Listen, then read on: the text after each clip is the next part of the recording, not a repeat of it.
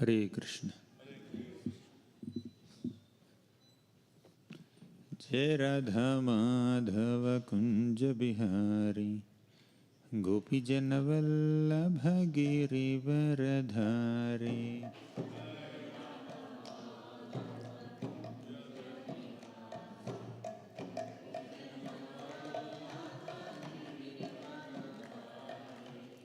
जय राधा माधव कुंज बिहारी, गोपी जन वल्लभ गिरिवरधारी।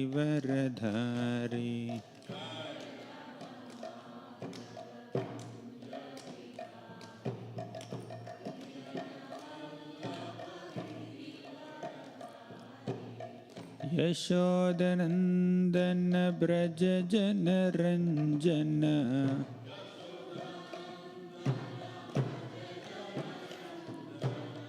यशोदनंदन ब्रज जन रंजन।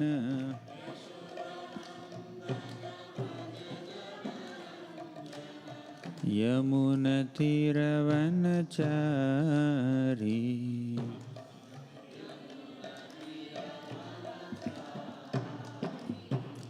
जय राधा माधव कुंज बिहारी, गोपी जन वल्लभ गिरिवरधारी।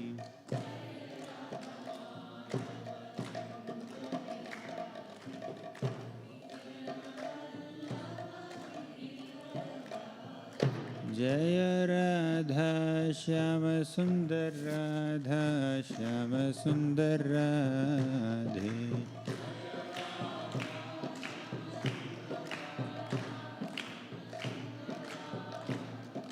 जय जय प्रभुपाद प्रभुपाद प्रभुपाद, जय जय प्रभुपाद।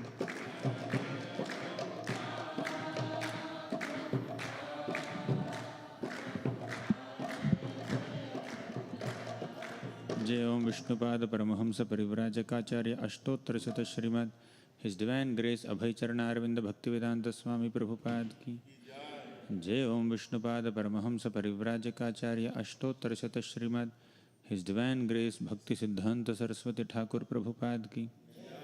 प्रेम से कहो श्री कृष्ण चैतन्य प्रभु नित्यानंद श्री अद्वैत गदाधर श्रीवासादि गौर भक्तवृंद की। श्री श्री राधा कृष्ण गोप गोपीनाथ श्याम कुंड राधा कुंड गिरि गोवर्धन की। ब्रजभूमि श्री वृंदावन धाम की। पुरुषोत्तम क्षेत्र श्री जगन्नाथपुरी धाम की। गंगमयी की जय, यमुनमयी की जय, भक्ति देवी की जय, तुलसी देवी की जय। कलियुग पावन हरिनाम संकीर्तन की। हरे कृष्ण महामंत्र की। All glories to the assembled devotees, all glories to the assembled devotees, all glories to Shri Guru and Shri Gaurang. Om Namo Bhagavate Vasudevaya।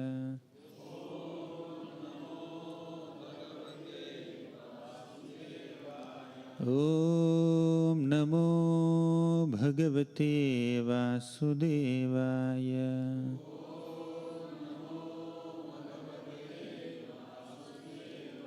Om Namo Bhagavate Vasudevaya।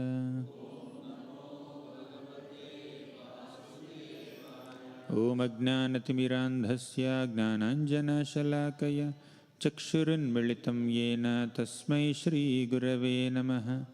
Namo Vishnupadaya Krishna Presthaya Bhutale Shrimate Bhaktivedanta Swamin Iti Namini।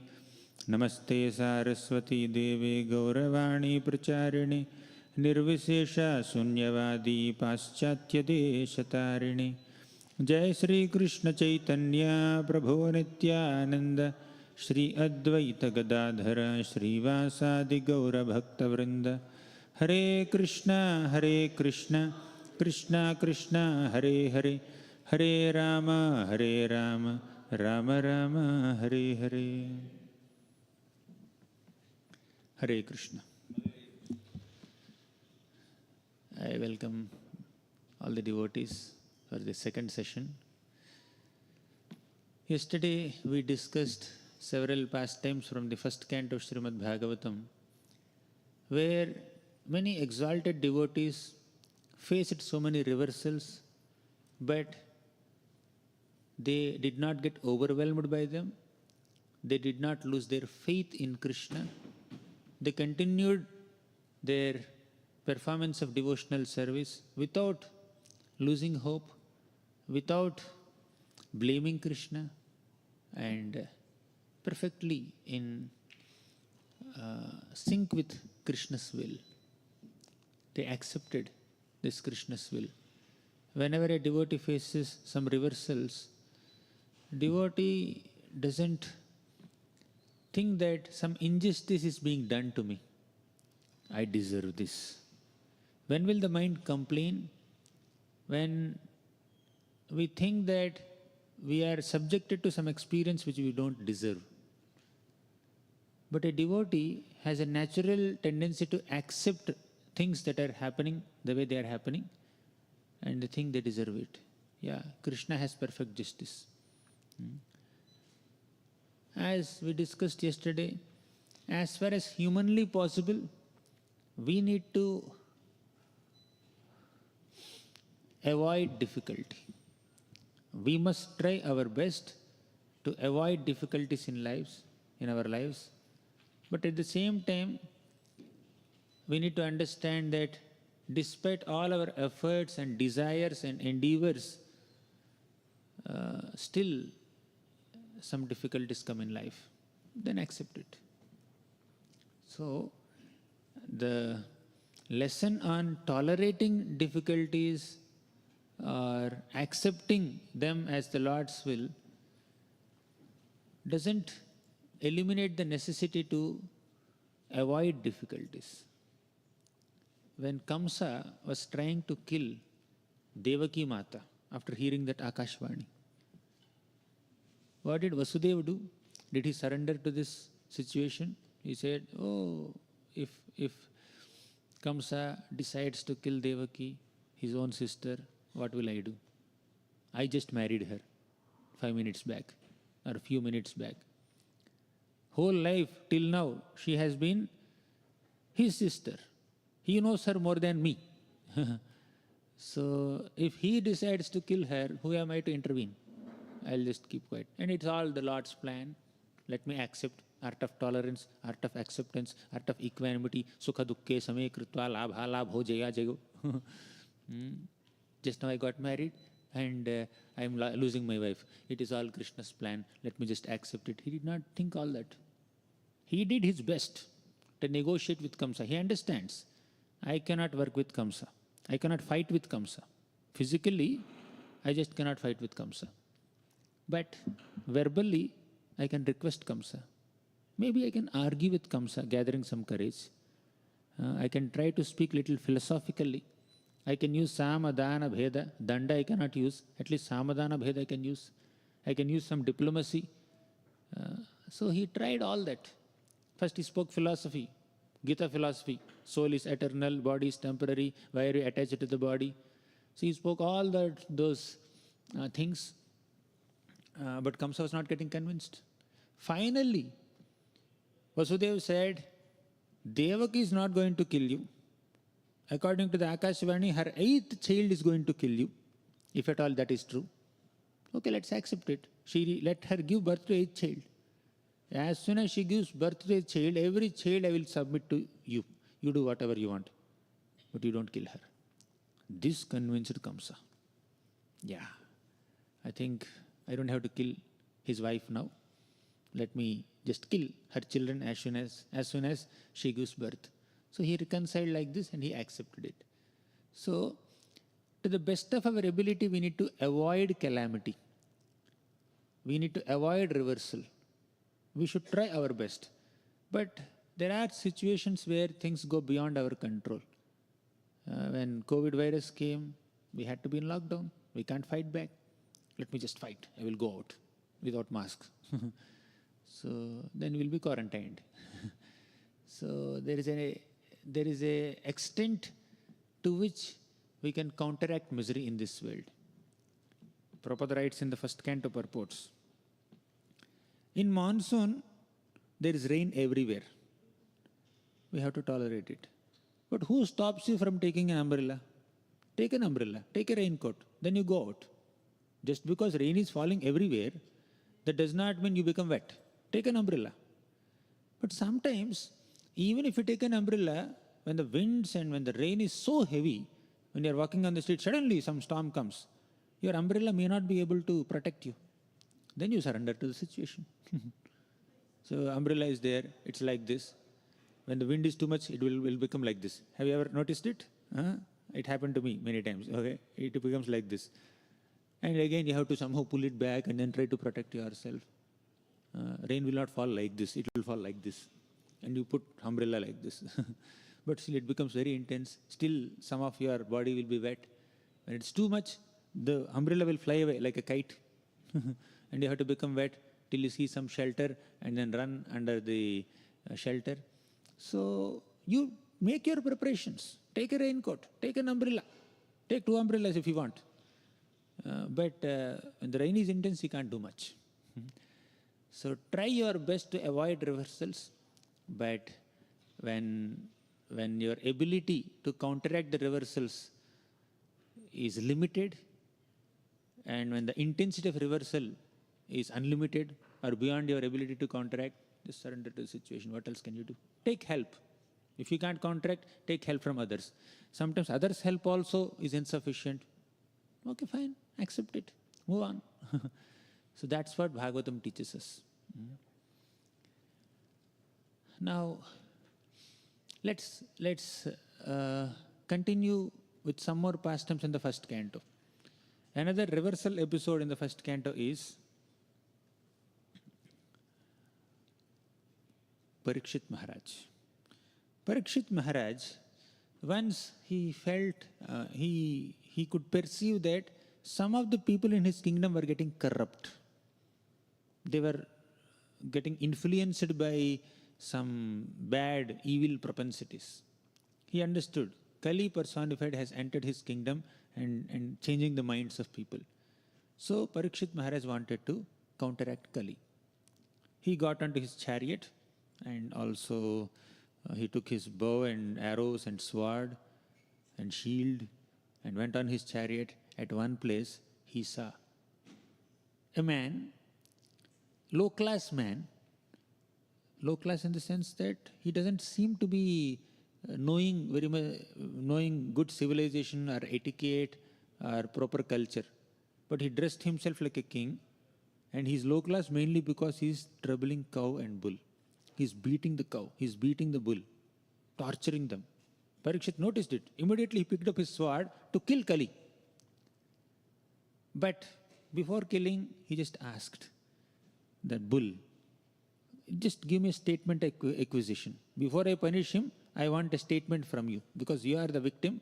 So I want to hear something from the victim. So Parikshit Maharaj asked the bull, please tell me, who caused your suffering?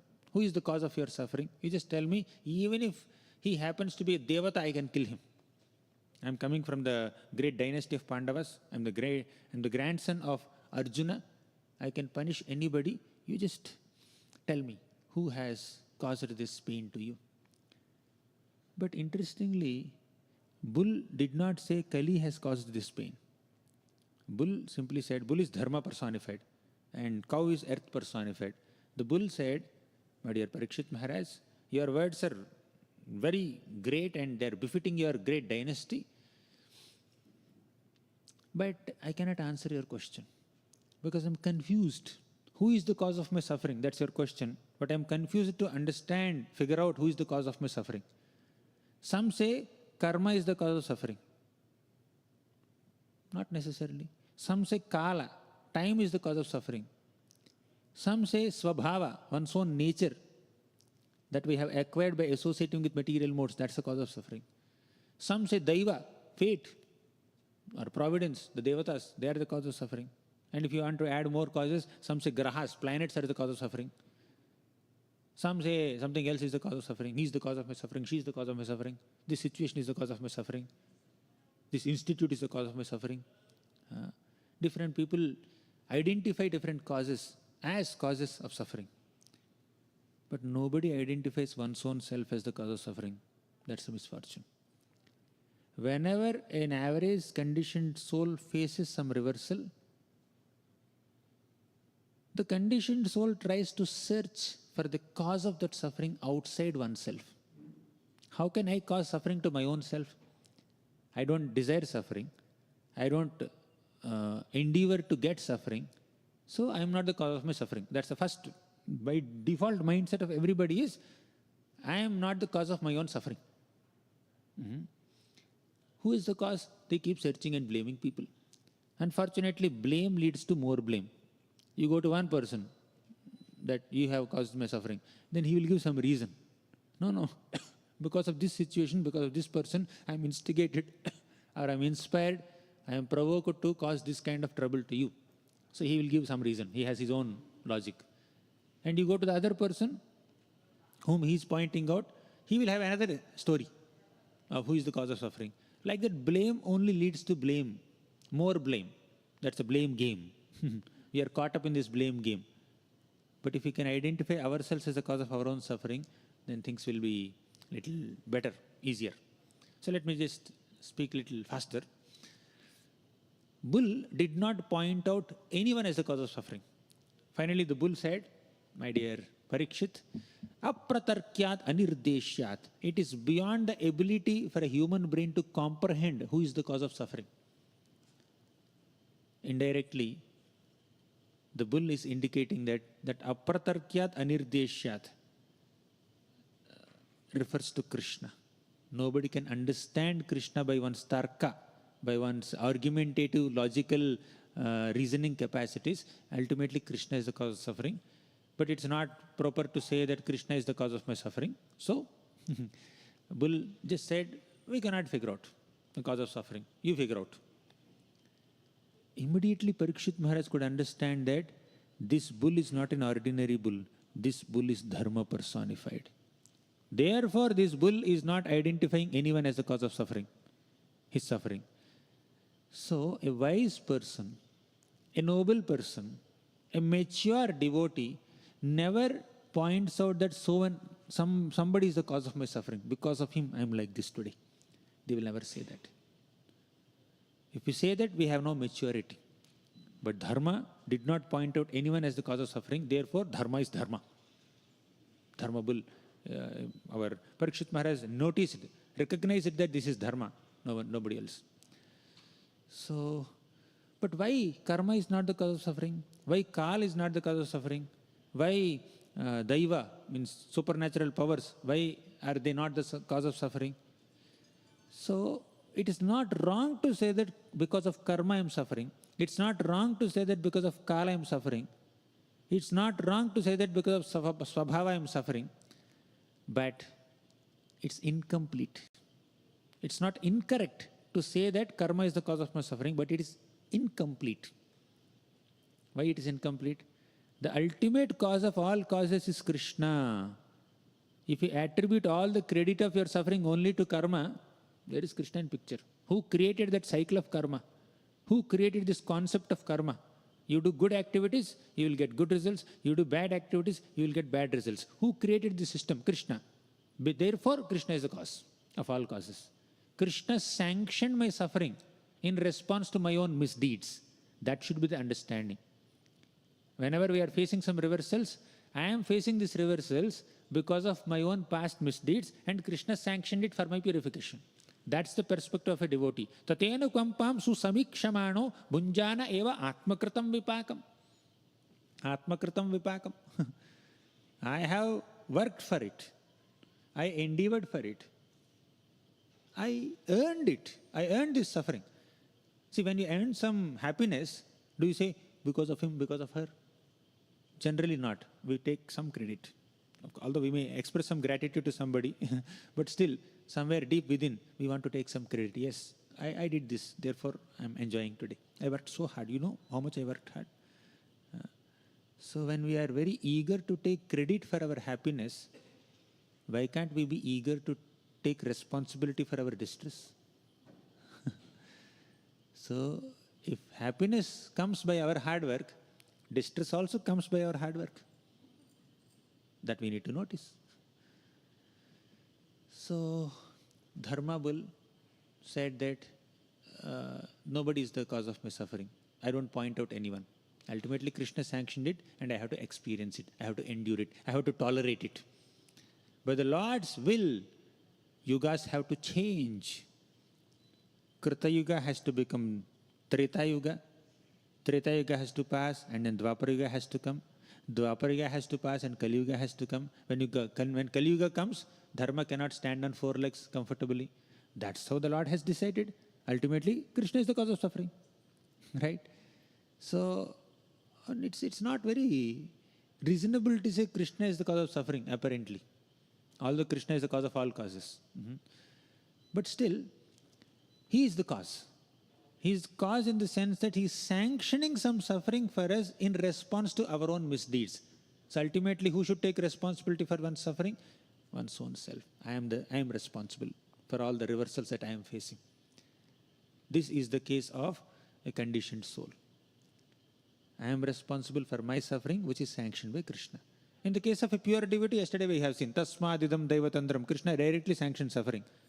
Not in response to the misdeeds of the pure devotees, but just to declare how faithful they are, how loyal they are, how mature they are, how tolerant they are. Krishna will subject them to some suffering. And in that suffering, when they are in separation from Krishna, he also experiences some special kind of rasa with them. So that's very clear, evident.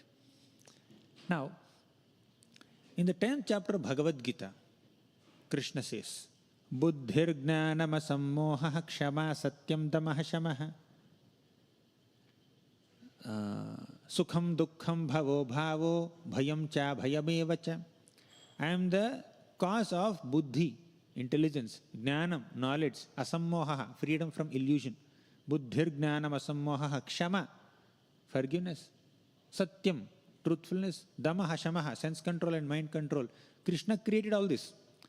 All these are good things Krishna created. But later Krishna says, Sukham dukkham bhavo bhavo bhayam cha bhayameva cha. I created Sukham, I created Dukkham also. I am the creator, I am the source of, I am the cause of Sukham, happiness, Dukkham, distress. Sukham dukkham bhavo abhavo, bhava. I am the cause of birth. I am the cause of death also, abhava. Bhayam cha abhayameva cha. I am the cause of bhayam, fear. I am the cause of abhayam, fearlessness. I am the cause of everything. Whether it is positive quality or negative quality in this world, whether it is a positive phenomena or negative phenomena in this world, Krishna is the cause of all causes. Very clear. So, Krishna is the cause of distress also. But why? Why he has to cause bad in this world? Why he has to sanction evil in this world? Why he has to approve suffering in this world? If people have this doubt, answer is clear. When the sun is rising on the eastern horizon, you face the sun, right? Sun is rising like this, you face the sun. What do you see? Beautiful sunlight, okay? Very effulgent, bright, orangish sunlight. Very good, very pleasant to see. But when you turn your face away from the sun, what do you see? Shadow. Long shadow. That is darkness. So when you face the sun, you see bright light. When you turn your face away from sun, you see dark shadow. You see? So who created this shadow? The sun has created. If the sun is not behind you, how can you see shadow in front of you? So sun is the creator of light also, sun is the creator of darkness also, dark shadow also. Similarly, Krishna is the creator of Sukham also, Dukkham also. Clear. But we experience Sukham when we follow Krishna's instructions. We experience Dukkham when we violate Krishna's instructions. As simple as that. Just as we see light when we face the sun, we see darkness when we turn our face away from sun. But sun is the cause of both darkness and shadow, both light and shadow. And Krishna is the cause of both happiness and distress. So when we align our will with Krishna's will, when we become obedient to Krishna's instructions, as Krishna has instructed in the Bhagavad Gita, Yaha shastra vidhi mutsrudya vartate kamakaratah na sa siddhima vapnoti na sukham na parangatim. Shastra vidhi. Shastras are taught by Krishna. If you violate Shastras, there is dukkham. If you follow Shastras, yasya anuvritya krutino babhuvima, yasya anuvritya. When you follow the instructions of Krishna, there is only success, there is only happiness. Right? So, we have created distress for ourselves, as it is very much evident in several episodes of Bhagavatam. This is the understanding of great souls. They don't unnecessarily blame anyone. They try to counteract distresses as much as humanly possible, but they also internally reconcile that it's sanctioned by Krishna. Another example in the 4th canto is Dhruva Maharaj. Dhruva was insulted by Suruchi, isn't it?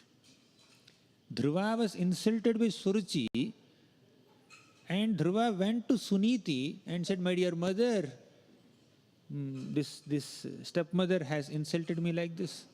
He's hissing like a snake. He's very angry. He's very upset with his stepmother.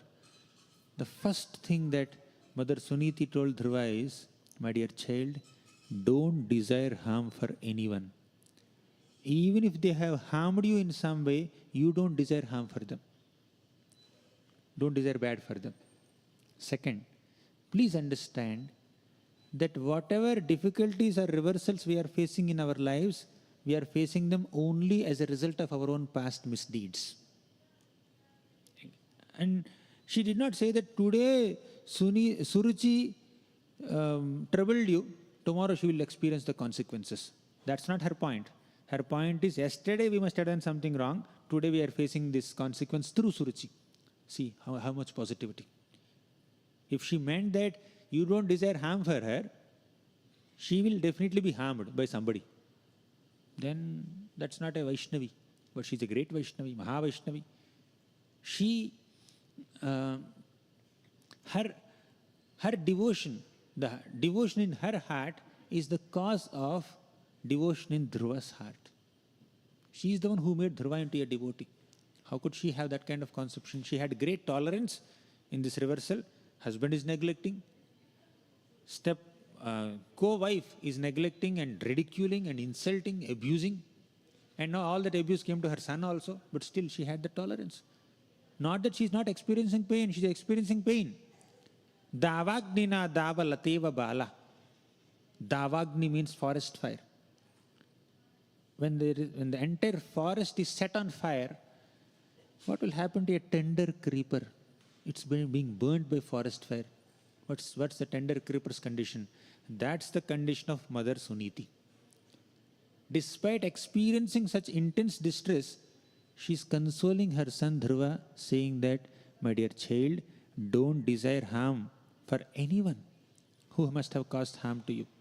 Secondly, please understand that we experience reversals as a result of our own past misdeeds. Third, whatever desire you may have, you want to sit on Father's throne? You want to sit on Father's lap? Whatever may be your desire, take shelter of Krishna. These are the 3 nice suggestions or instructions that Mother Suniti has given to Dhruva. Dhruva could not digest the first 2. Third one he understood. I have to worship Vishnu. With great determination, with great zeal and ambitious spirit he went out. But first 2 he could not digest. He's not mature. Later he'll become mature, but initially he wasn't. So many devotees faced so many reversals, but they handled them very maturely without hating anyone. When we hate people who cause us trouble, apparently are immediate cause of our suffering, when we hate them, when we hold negativity and grudge towards them, we are perpetuating our karma.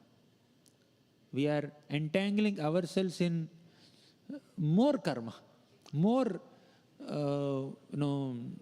like bondage, right? But we do the needful to protect ourselves from all kinds of negative forces in this world, and we endure suffering when our ability to counteract suffering goes beyond, falls short of the intensity of suffering. Then we just depend on Krishna. So that's how many people dealt. Many devotees dealt with reversals in Bhagavatam. They did the needful, they tried their best to counteract suffering. When the suffering went beyond their ability to counteract, they accepted it, endured it, and they took shelter of Krishna. Only three things they need to do. Suniti Mata also did the same thing. Now, let's speak another example, another story. Chitraketu Maharaj. Yesterday, some devotee asked a question also. So, Chitraketu Maharaj's story is another interesting story. Chitraketu Maharaj was made the king of Vidyadhara planet. After his son, Harshasoka, after his son died, Angira Rishi and Narada Muni came and enlightened Chitraketu Maharaj. And Chitraketu Maharaj became a great devotee of Sankarshan. He chanted the Sankarshana mantra for 1 week as instructed to him, instructed by Narada Muni. And finally, within 1 week, he got the darshan of Sankarshan. He offered prayers, elaborate prayers. And he also was made the king of Vidyadhara planet. He was given an airplane personally by the Lord. And he's traveling in that airplane, enjoying with so many Vidyadhara women. What is that enjoyment? That enjoyment is glorifying Lord Krishna. Pure devotees, although they may have their consorts and the private airplanes that can travel at their will, what they do is glorify Krishna. Vaimanika salalanas charitani shashvat gayanti yatra shamalakshapanani bhartuhu antarjalenu vikasan madhumadhavinam gandhena khandita dhiyopyanilam kshipantaha Vaimanika salalana. In the Vaikuntha Vasis are just moving in their airplanes, which are made of gold, bedecked with so many precious gems. Vaidurya marakata hemamayair vimanaihi yesham brihat katitata smita shobhimukhya krishnatmanam naraja adadhurutsmayadyair. Although they are surrounded by beautiful women, still they have absolutely no rajogun to enjoy in a material plane. They are totally absorbed in glorifying Lord Hari, doing Harikatha. Gayanti yatra shamalakshapanani bhartuhu. While they are glorifying Lord Hari, the flowers that are blooming in the lakes, water reservoirs of Vaikuntha, they are so fragrant that the fragrance goes into their nostrils who are traveling in airplanes. When you are traveling in an airplane, did you ever smell a flower that's just growing on the land? You are several thousand feet above the ground level. It doesn't happen like that. But they were able to. But are they relishing that? No. Gandhena khandita dhiyopyanilam kshipantaha. They are condemning that fragrance. They are saying that, oh fragrance, why are you disturbing us or distracting us? We want to focus on glorifying Lord Hari. So similarly, Chitraketu Maharaj, like the devotees of Vaikuntha, he is moving around in his airplane along with Vidyadhara woman while glorifying the Lord. So he found Lord Shiva addressing some sages and some great philosophers in a great assembly while keeping his wife Parvati on his lap. Chitraketu saw, why Shiva is behaving like this? What's happening with Shiva? Shiva will not be affected by any kinds of misbehavior. There is no misbehavior as such. If the wife sits on husband's lap, there's nothing wrong in it. There are so many pictures. If you go to South India, so there are so many pictures made, like Lakshmi Devi sits on Narasimhadev's lap. Parvati Devi sits on Shiva's lap, big pictures, and people put them on the altars and they worship. So nothing objectionable there. God and goddesses. But common people may think that Shiva is a sense gratifier and they may misunderstand Shiva, they may criticize Lord Shiva. Therefore, Chitraketu Maharaj became very concerned about Shiva's public image. So he loudly gave a feedback to Shiva. Shiva, how could you do like this? He loudly spoke, he repeatedly spoke, and he publicly spoke whatever he had to speak, his feedback. So that angered Mother Parvati. She said, is he the appointed chastiser and punisher to correct shameless people like us. Brahma doesn't know dharma. Kumaras don't know dharma. Looks like Narad Muni forgotten dharma. Bhrigu Muni also forgot dharma. It looks like that. Because he is the one who is coming and correcting Lord Shiva. She felt so offended. She said, my dear son, I curse you to become a demon so that you don't offend great personalities like this in future. So that is her anger and curse. Then Chitraketu Maharaj descended from his airplane with so much humility, with so much of respect. He went in front of Mother Parvati and said, my dear mother, please forgive me. He is not asking forgiveness to be relieved from that curse. I accept your curse, but you forgive me. Why? I didn't mean anything wrong. Whenever a husband is disrespected, wife feels uncomfortable. That's what is happening to her. So Chitraketu Maharaj said, I didn't mean to disrespect your husband. Your husband is my worshipable master, devotee, senior devotee. Shiva, devotee of Sankarshan. Chitraketu, also a devotee of Sankarshan. Somehow Chitraketu, because of slight tinge of pride, he thought we both are devotees of Sankarshan, we can correct each other, we can comment on each other. He thought like that. He felt a little overconfident. He went overboard, beyond his ability or eligibility to correct a great personality like Lord Shiva. So he gave a feedback. So the Lord did not like that little pride in him, slight tinge of pride in him. So the Lord inspired Mother Parvati to curse Chitraketu. Now you see the response of Chitraketu. See, the mistake that he has done is giving one feedback to Lord Shiva. That too, not a very heavy, he's not chastising Shiva. He just passed a comment on Shiva. So in response to this kind of mistake, Parvati could have chastised him more severely, publicly, loudly, repeatedly. But she did not just chastise him or scold him. She cursed him to become a demon. Mistake is this much, punishment is this much. No proportion. No, it's not proportional to each other. So why such a severe mistake? Severe punishment for a silly mistake, small mistake. You may get that kind of doubt. But as we discussed yesterday, the Lord has arranged for Chitraketu Maharaj to become Vritrasur and come back to Vaikuntha within one day. But let us analyze the response of Chitraketu Maharaj. He said, my dear mother, I didn't mean anything wrong, but whatever you think is wrong, let that be wrong, and may I be forgiven for it. Please forgive me. That's his culture. He called her mother. Then he said, Guna pravaha etasmin kashyapah konvanugraha. Guna pravaha, whatever is happening in this material world is just a pravaha of material modes, the flow of material modes. When these material modes are just flowing like this, kaha shapaha konvanugraha. What is a curse and what is a blessing? What is happiness? What is distress? What is victory? What is defeat? What is success? What is failure? All the dualities have no permanent effect. Agama apayino anityaha tam stitikshasva bharata. Yesterday we discussed from Bhagavad Gita. He had that understanding. Of course, he did a mistake and he's punished for it. A great reversal came. For a small mistake, he was severely punished. But see his maturity levels. He came just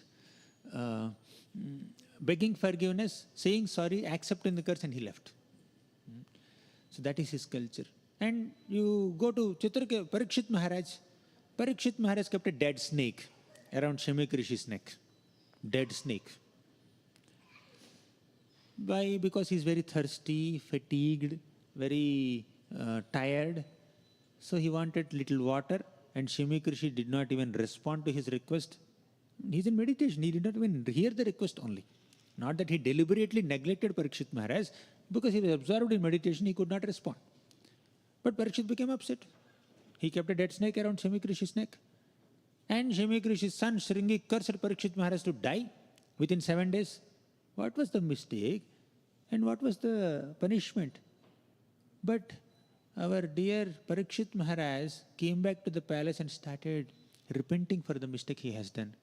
How could I disrespect Brahmanas in this way? When he's absorbed in meditation, how can I put a dead snake around him? I should not even expect any service from a Brahmana, but I went and asked for a service. And he did not respond, therefore I should keep quiet, but I insulted him. What kind of heinous deed I have done? Krishna is Namo Brahmanya Devaya Go Brahmanitaya cha, and I am an offender of Brahmanas. So I just let me be punished. Parikshit Maharaj expected a calamity. Not just that he expected a calamity, he desired a calamity. He wanted to be punished. When we want to be punished for the mistakes we have done, then we will be relieved from the mistakes, from the reactions to the mistakes. But if we want to escape punishment for the mistakes we have done, probably we will have to experience a more severe punishment than what we deserve for that small mistake. Indra. Too many stories, right? Okay, let me speak. Indra. He did one mistake. He created a devastating rainfall in Vrindavan, and Krishna lifted Govardhan mountain, protected all the Vrajavasis. Then Indra came to beg forgiveness. I'm sorry, Krishna. Definitely, he was feeling repentant, but his repentance was not like the repentance of Parikshit Maharaj. Parikshit Maharaj sincerely repented for his mistake, and he desired a punishment for his mistake. But Indra was not like that. He repented, but he wanted to avoid punishment. He was thinking, Krishna only protected the Vrajavasis, but he did not punish me yet. Maybe he will call Yamaraj and punish me. Oh my God, I don't want this punishment. Let me go and beg forgiveness so that he can relieve me from punishment. That is Indra's nature. But Parikshit desired a punishment. Because Indra was not punished as per his desire, later in Parijata episode, you know Parijata episode? Krishna went to Svargalok, took away that Parijata tree. Then Indra came to fight with Krishna. See, Indra again offended Krishna. Earlier, for the mistake that he has committed, he did not receive punishment. Now, he committed another mistake towards the same personality, same Krishna again, within few years. Krishna just shifted from Vrindavan to Mathura, then Mathura to Dwaraka. The second mistake has happened. See, when we are not punished for the mistakes that we have committed, then we may tend to commit the same mistakes again. And Parikshit never wanted to commit the same mistake again. Therefore, what did Parikshit Maharaj do? He desired a punishment. Therefore, reversals in our lives must be invited. You can avoid them as far as humanly possible, but still if they are coming, you should invite them, welcome them. Not that you go and embrace fire. That's like committing suicide. We don't want that kind of thing. We don't have to purchase more suffering. But whatever suffering comes of its own accord, despite your endeavors to counteract it, you accept it. So when we accept that reversal upon ourselves, then we'll be relieved from the reaction, we'll be free. Otherwise, the reaction may be multiplied also. Therefore, let's welcome reversals. As Parikshit Maharaj is welcoming reversals. When an honest person does a mistake, he realizes it, admits it, apologizes for it, and tries to rectify it if it is possible, and sincerely repents for it, regrets, and never repeats it, and remembers it. This is how an honest person responds to his own mistakes. Let me just accept it. If some punishment is coming, let me accept this punishment. No problem. So punishment is more severe, that's okay. I'll be relieved from this reaction. Not to get rid of the reaction, but he's genuinely repenting. He's genuinely repenting that he voluntarily chooses to be punished so that he wouldn't repeat the same mistake again. He sticks to good culture. He wouldn't trouble other people. And another thing, when somebody does a mistake, Parikshit Maharaj was thinking, because I have done this mistake, if I don't accept punishment, my citizens may be punished, my family members may be punished. Because when somebody does a mistake, he's not the only person who is affected. Many people who are connected to the person also get affected, naturally. And an honest person doesn't want anyone else to suffer for his own mistakes. Therefore, he accepts, you punish me only. I will only accept that reaction. And as soon as he was told that you have been cursed to die within 7 days, immediately Parikshit Maharaj accepted, yes, this is a blessing in disguise. And he heard Srimad Bhagavatam for 1 hour, 1 week. So this is the ideal way in which great souls have responded to reversals. There are many more stories we can discuss. It's exactly 6 o'clock, Gaurarti time. We'll conclude now. 6:30 is the next session. 6:30 we'll discuss more. Maybe we'll discuss Gajendra more systematically. I am covering so many pastimes, but I'll focus on one pastime after Gaurarti. Thank you very much. Granthara Srimad Bhagavatam ki jai, Srila Prabhupada ki jai.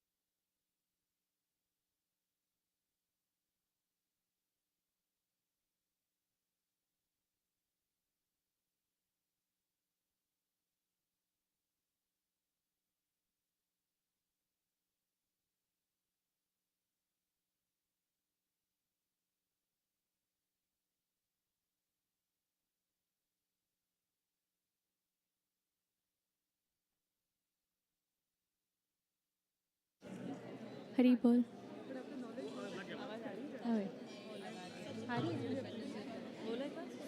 हरी बोल. हाँ. जय गौरनीताय जय गौरनीताय जय गौरनीताय जय गौरनीताय.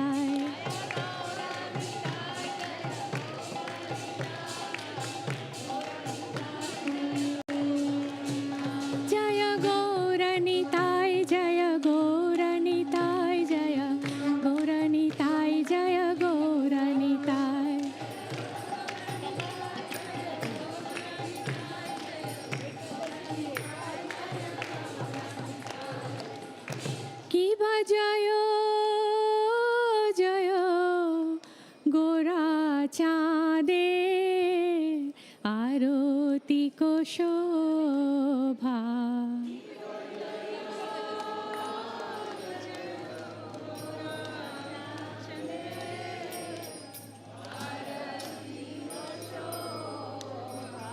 की बजायो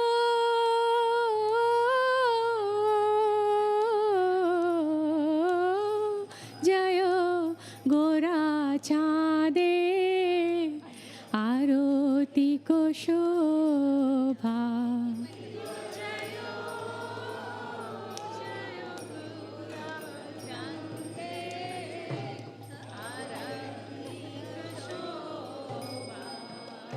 जाह्नवी तट बने जग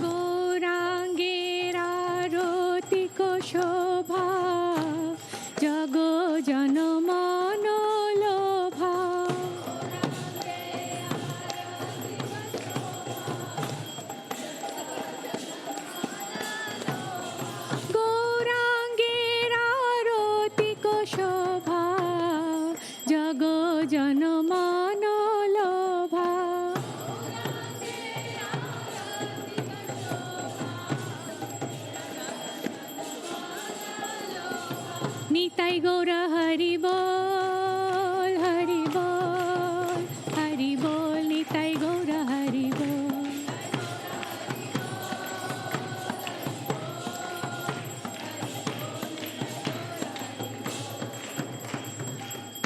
দক্ষিণে নিতাই চাঁদ, বামে গদাধর।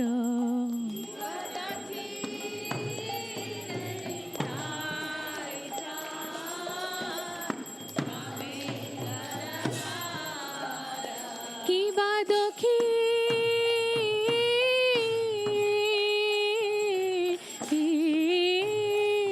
নিতাই চাঁদ, বামে গদাধর।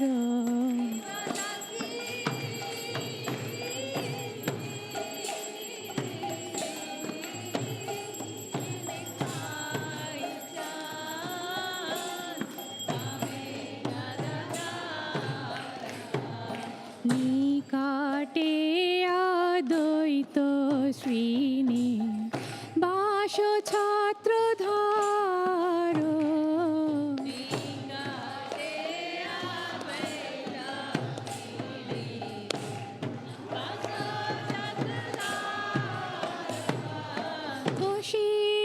বসিয়াছেন গো সিংহাসনে,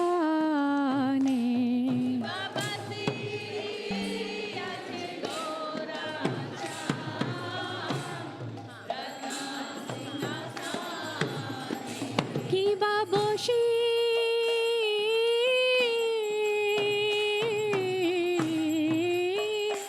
আছেন গোরা চাঁদ, রত্ন সিংহাসনে।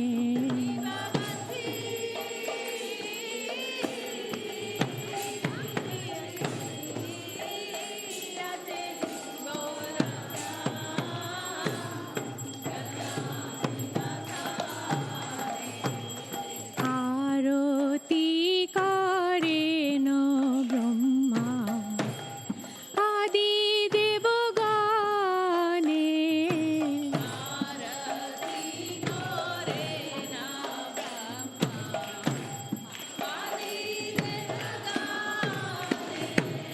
নর হরি আদি করি চামর ঢুলায়।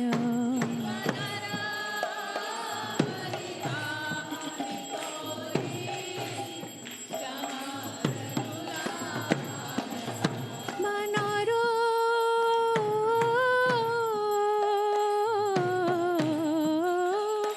হরি আদি করি চামর ঢুলায়।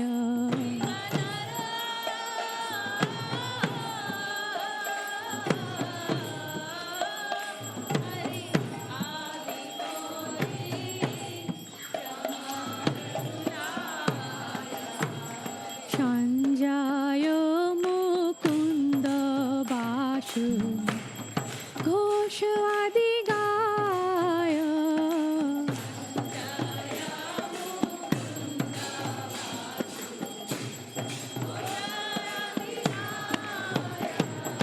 শঙ্খ বাজে, ঘণ্টা বাজে, বাজে করতাল।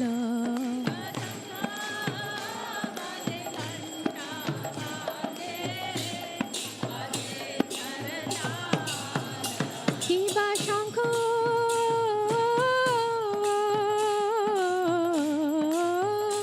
বাজে, ঘণ্টা বাজে, বাজে করতাল।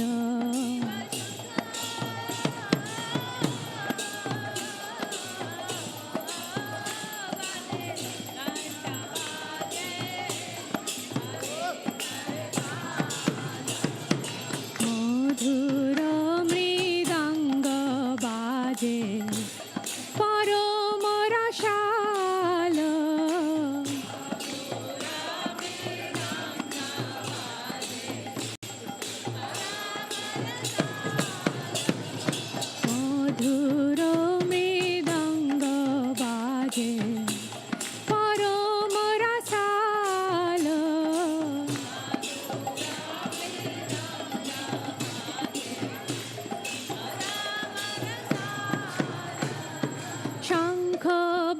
বাজে ঘন্টা বাজে মধুর মধুর মধুর বাজে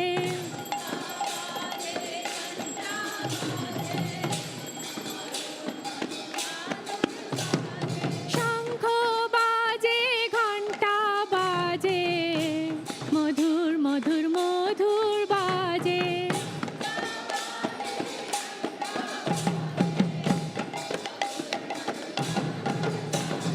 মধুর মধুর মধুর বাজে শঙ্খ বাজে ঘন্টা বাজে মধুর মধুর মধুর বাজে শঙ্খ বাজে ঘন্টা বাজে মধুর মধুর মধুর বাজে মধুর মধুর মধুর বাজে নিতাই গৌরা হরি বল হরি বল হরি বল নিতাই গৌরা হরি বল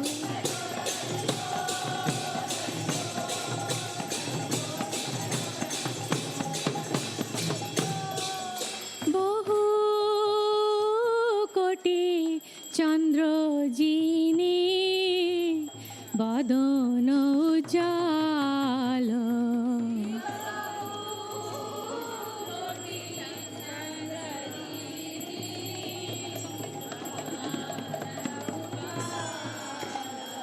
কিবা বহু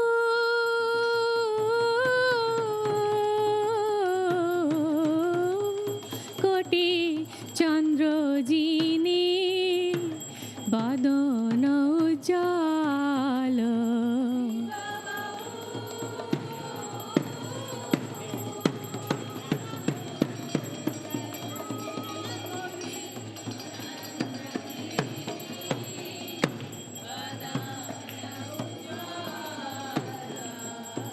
গাল দেশে বনমালা করে ঝলমাল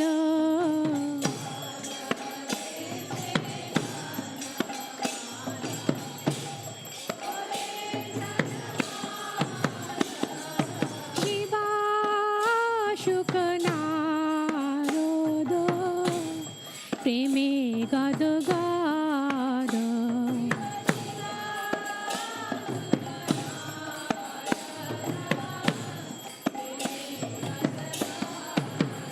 শিবা শিবা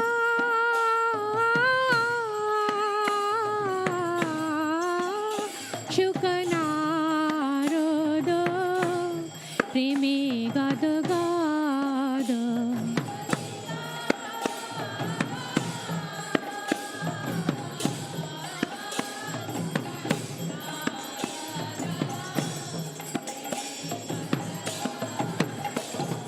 ভকতি বিনোদ দেখে গোরার সম্পাদ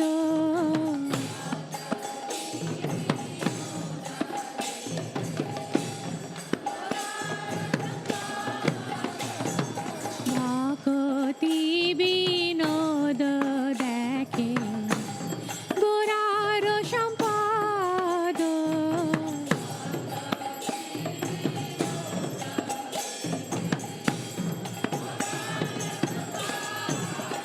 শিবা জয় জয় গোরা চাঁদে আরতি শোভা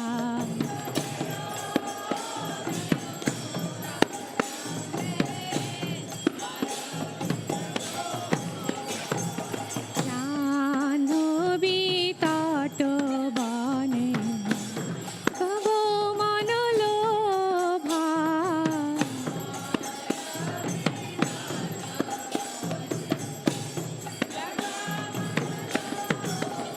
জয় শ্রী কৃষ্ণ চৈতন্য প্রভু নিত্যানন্দ শ্রী অদ্বৈত গদাধর শিবাসাদি গৌরা ভক্তবৃন্দ Chaitanya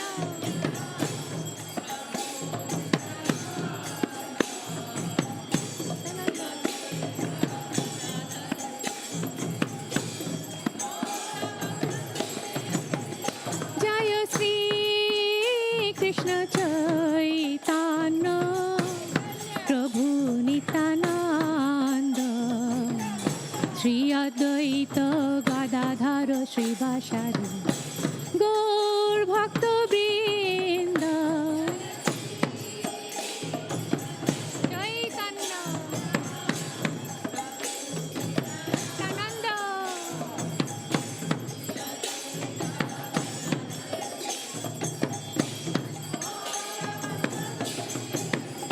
Jaya Sri Krishna Chaitanya Prabhu Nityananda Sri Advaita Gadadhara Srivasari Gaur Bhakta Vrinda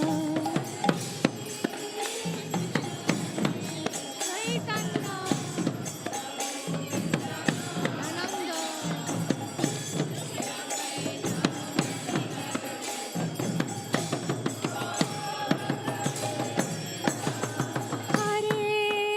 Ananda Hare Krishna Krishna Krishna Hare Hare Hare Rama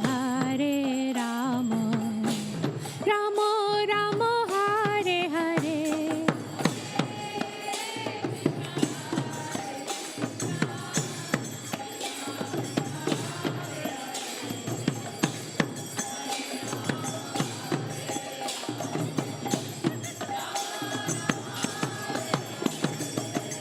Hare Krishna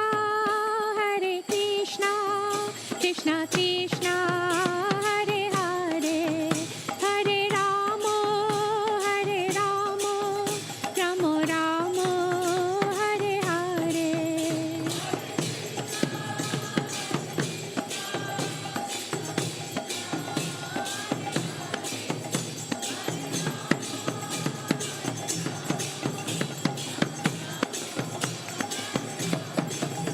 Hare Krishna Krishna Krishna Hare Hare Hare Rama Rama Rama Hare Hare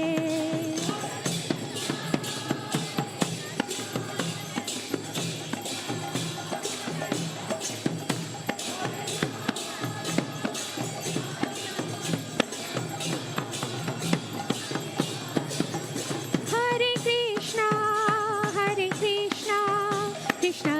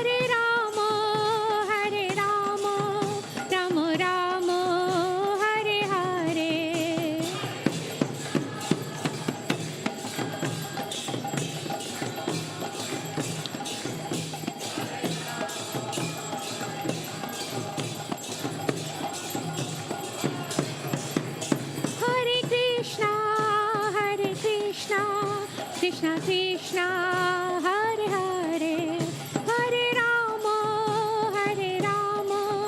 Rama Rama Hare Hare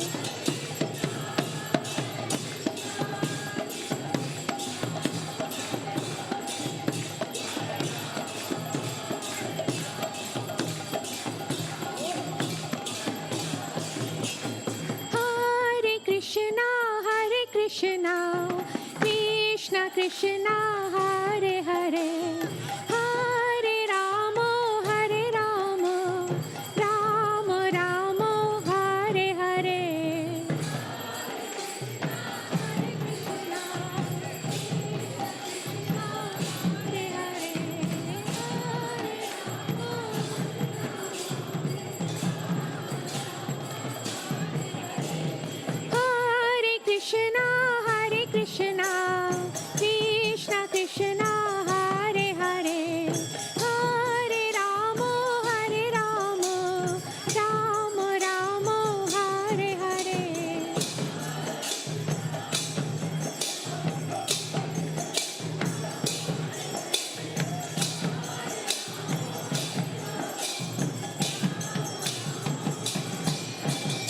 Hare Krishna Krishna Krishna Hare Hare Hare Rama Rama Rama Hare Hare Hare Krishna Krishna Krishna Hare Hare Hare Rama Rama Rama Hare Hare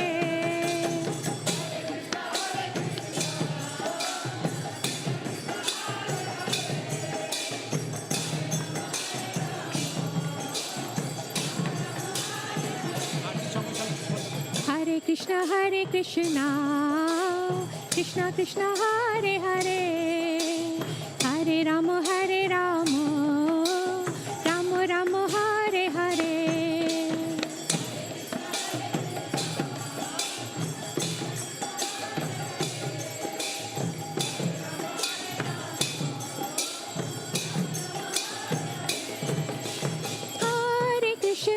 Hare Krishna Krishna Krishna Hare Hare Hare Rama Rama Rama Hare Hare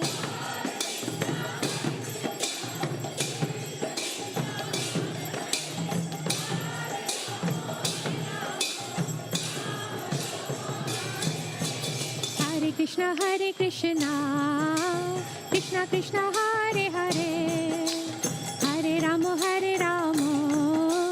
Rama Rama Hare Hare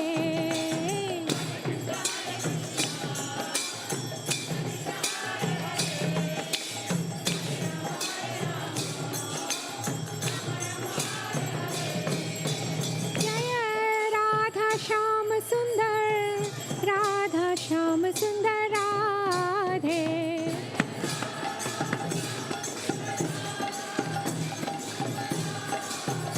Jaya Jagannatha Jaya Baladeva Jaya Subhadra Jaya Jagannath Jaya Gauranitai Jaya Gauranitai Jaya Gauranitai Jaya Gauranitai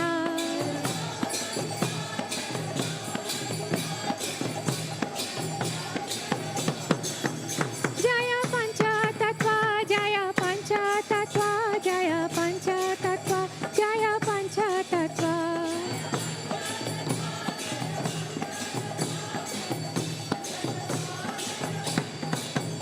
Jaya Jaya Prabhupada Prabhupada Jaya Jaya Prabhupada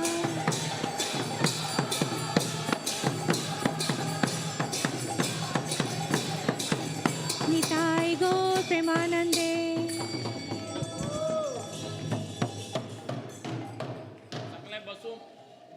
Give it to Boston Prabhu.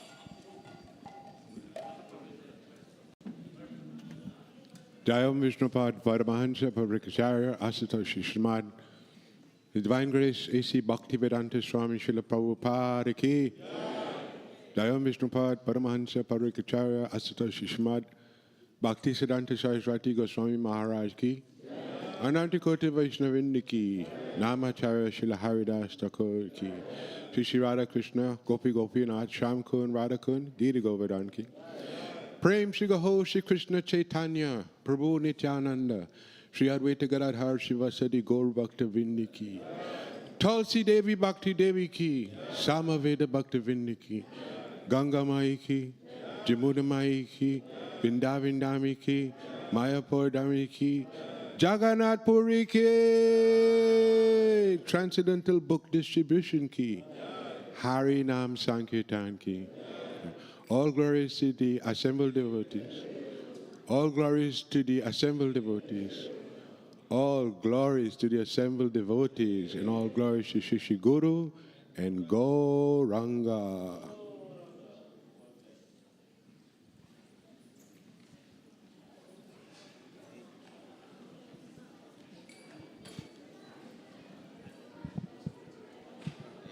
Yes. Prabhu's daughter.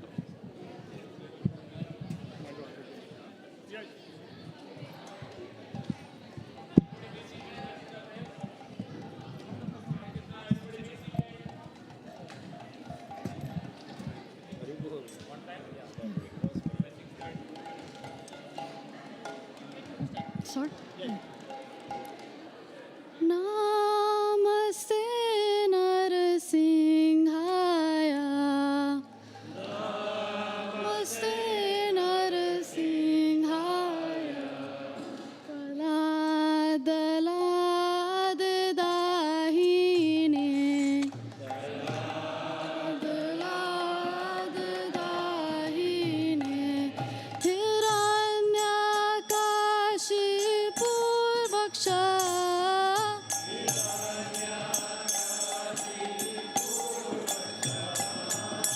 Shila Tankhana Khalaye.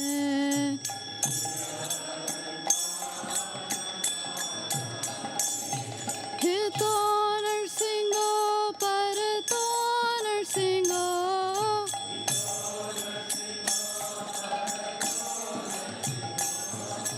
Yato Yato Yamitato Narsingo.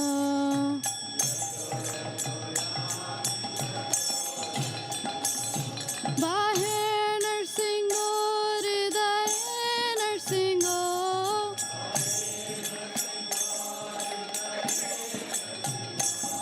Narsingamadim Sharanam Prapade.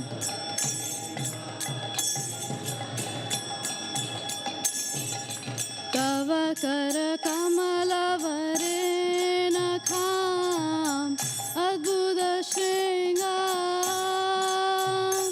Dalita Hiranyakashipu Tanu Vringa Keshavadrita Narahari Rupa Jai Jagadisha Hare Jaya Jagadisha Hare Jaya Jagadisha Hare Tavakara Kamala Varena Kham Adbhuta Shringam Dalita Hiranyakashipu Tanu Vringa Keshavadrita Hare Jaya Jagadisha Hare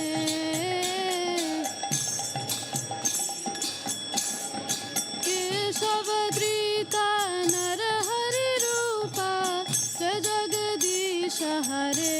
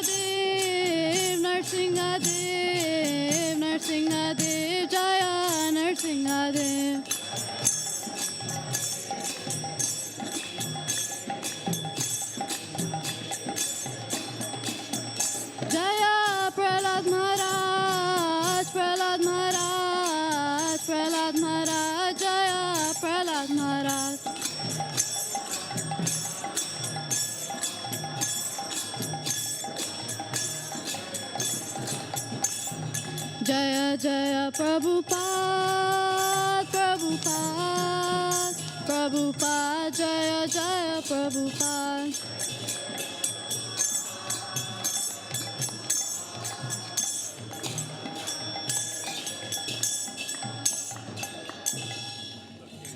Narasimha भगवान की जय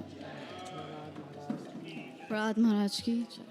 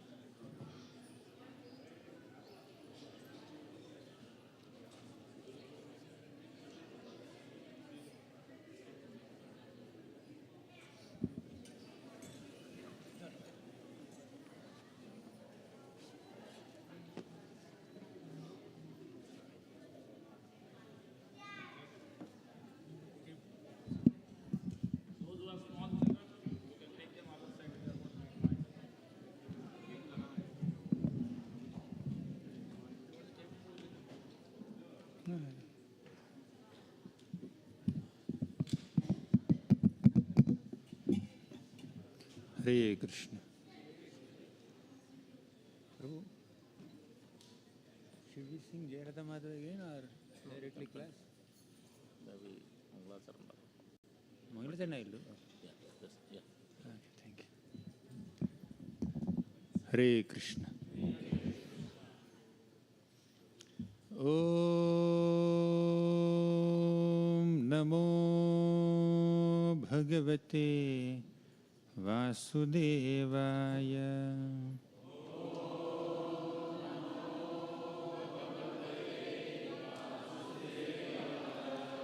Om Namo Bhagavate Vasudevaya.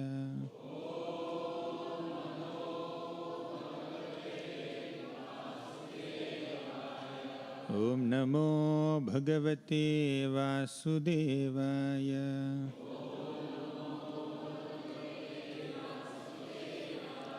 Om Ajnanatimmirandhasya Jnananjanashalakaya Chakshurinmilitam Yena Tasmai Shri Gurave Namaha.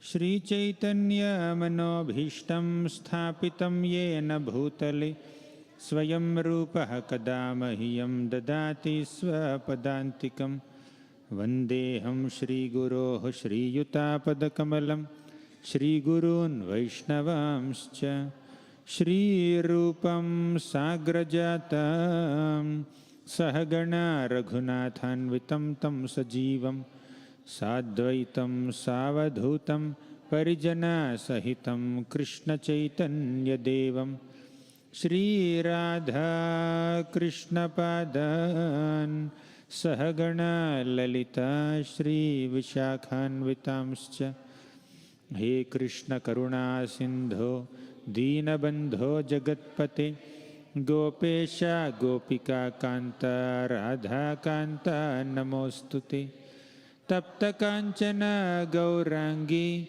Radhe Vrindavaneshwari Vrishabhanu Sute Devi Pranamami Haripriye Vancha Kalpatarubhyascha Kripa Sindhubhya Evacha Patitanam Pavanebhyo Vaishnavebhyo Namo Namaha Nama Om Vishnupadaya Krishna Presthaya Bhutale Srimate Bhaktivedanta Swamin Iti Namini Namaste Saraswati Devi Gauravani Pracharine Nirvisesha Sunyavadi Paschatya Deshatarine Jai Sri Krishna Chaitanya Prabhu Nityananda Shri Advaita Gadadhara Shri Vasadi Gaura Bhakta Vrinda Hare Krishna Krishna Krishna Hare Hare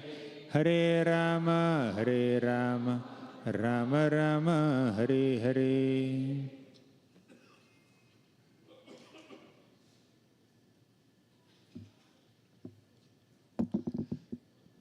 Hare Krishna. I offer my respectful obeisances and to all the senior Vaishnavas sitting here and to everyone. And seeking your blessings, I would like to share a few thoughts, insights on the episode of Gajendra as revealed in the pages of Srimad Bhagavatam, which is so expertly explained by His Divine Grace A.C. Bhaktivedanta Swami Prabhupada in his purports.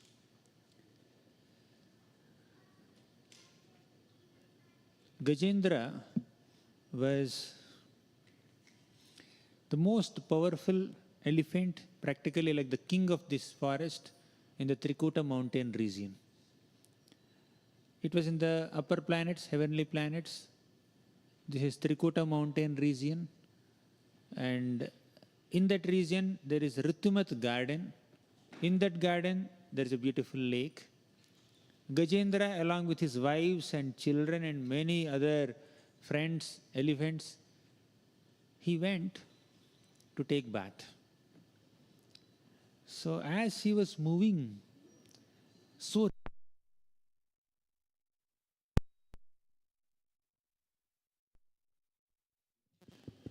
Hare Krishna, Hare Krishna, Hare Krishna. Oh, it's getting better. Hare Krishna. Okay, thank you. So Gajendra was moving along with his many other friends and family members and children and wives. He entered the cool waters of that lake in the Ritumat garden. Then Gajendra started sucking water into his trunk and splashing that water on all his children and family members. It takes a great endeavor, so much of endeavor to do it. But Gajendra was doing very happily. Gajendra was not even noticing the passage of time. It was happening effortlessly and happily and seamlessly. But Gajendra did not understand that very soon he is going to meet with a intense calamity. This is how the nature of material world is.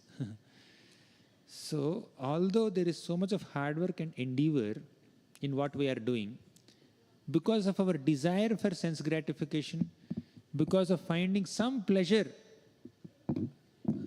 as a result of our efforts, we continue our efforts.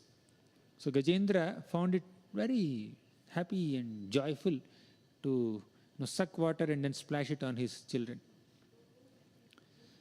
But when we are in a very comfortable situation, materially prosperous situation, suddenly Maya will just attack us. Maya will throw some reversal in front of us. So how do we respond depends on our maturity, on the kind of maturity that we have developed with the practice of spiritual sadhana.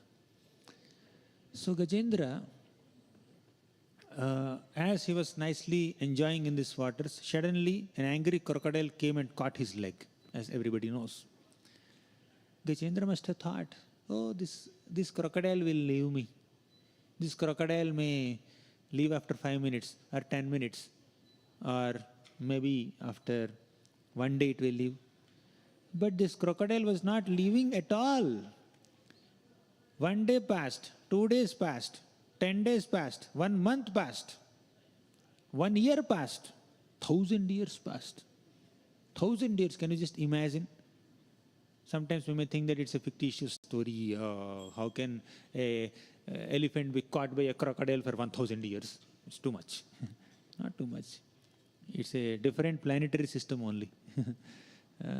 It happened in a different manvantara, 4th manvantara it happened. So, yes, it's possible. But let's see the principle here. When we are happy and comfortable in the material world, in a very wonderfully prosperous situation, suddenly we may face some reversal. How many of you had the experience of facing some reversal as you are comfortable in your life? Suddenly some discomfort comes. Suddenly some kind of unpleasant moments just arrive. So people were having their careers, their career plans. Suddenly COVID came recently. So it brought with itself so many challenges, so many problems. But things were inevitable. We may not be able to escape from certain difficulties. So Gajendra tried his best to escape from this difficulty. Even Gajendra's friends, Gajendra's family members, they were trying their best to protect Gajendra, but none of them had the ability to do so. They were compassionate on Gajendra. They were very concerned about Gajendra. Can we increase the volume, Prabhu? All these elephant friends of Gajendra, they loved Gajendra. They were very affectionate towards Gajendra.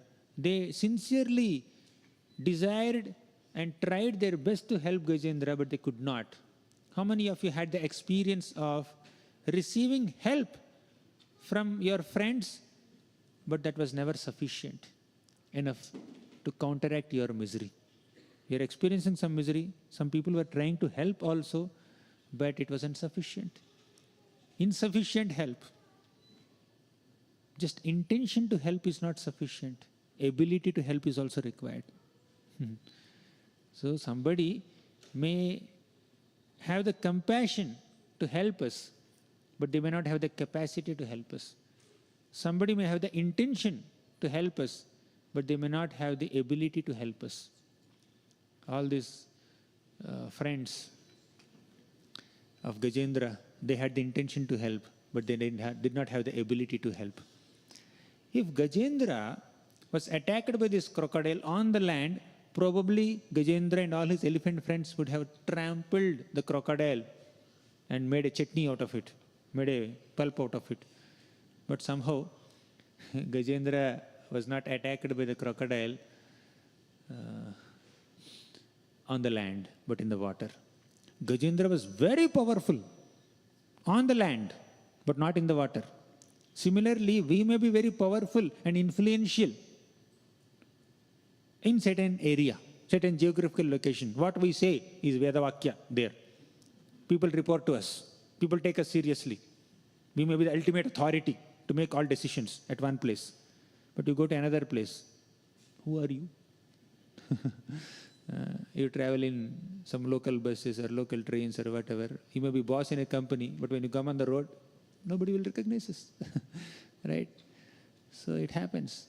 So Gajendra was the king of the forest when he's on the land. All the lower animals like jackals or wolves or dogs or whatever, deers or other rhinoceros, they catch the scent of Gajendra and they run away. And they survive or thrive only at the mercy of Gajendra. Gajendra had full power. He was trampling all big bamboo logs under his feet. So Gajendra is extremely powerful. But what happened to that power? What happened to all that strength and influence when he entered water? One little crocodile could just hold Gajendra's leg for 1,000 years and Gajendra could not do anything. All the people who were submitting to him and fearful of him, they could not do anything to protect him. This is how Maya will humiliate us. Maya will embarrass us.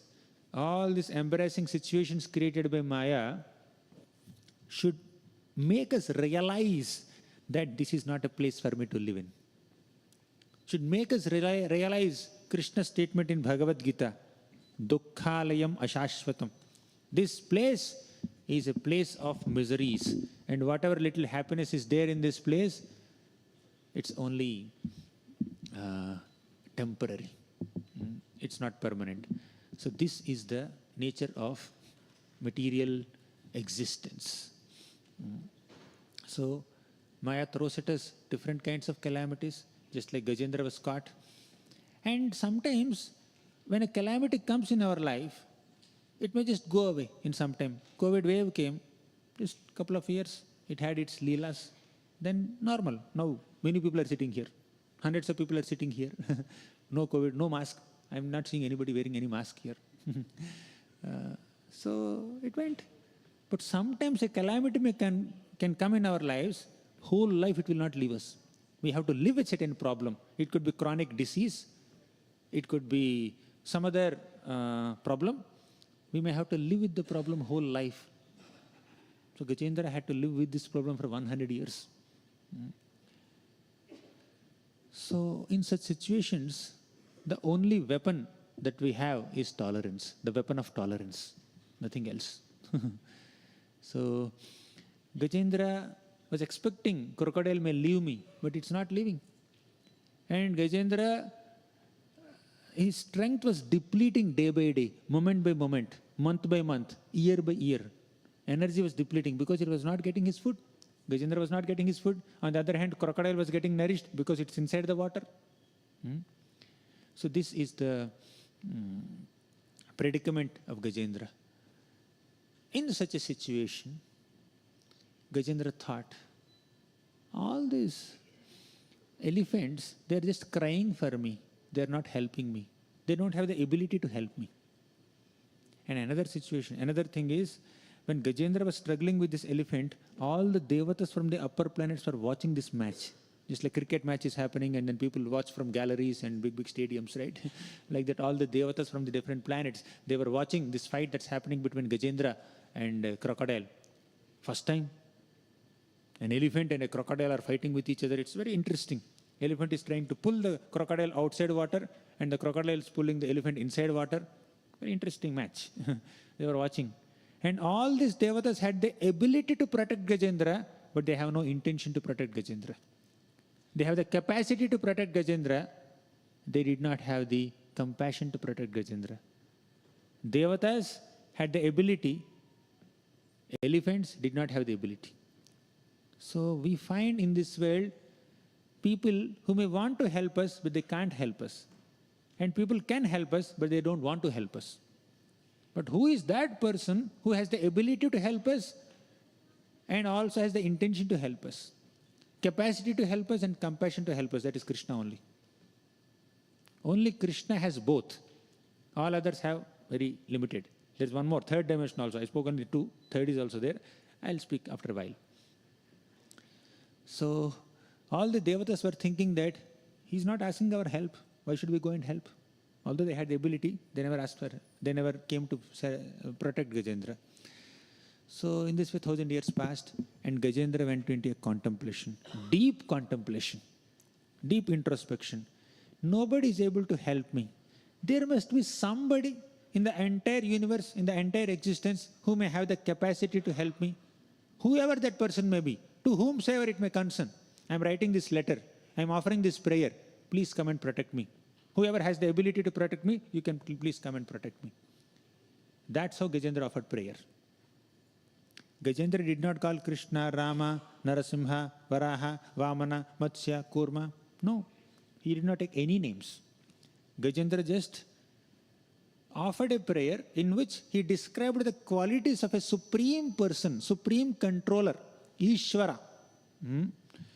Whoever that person may be, let him come and protect me. He did not name that person.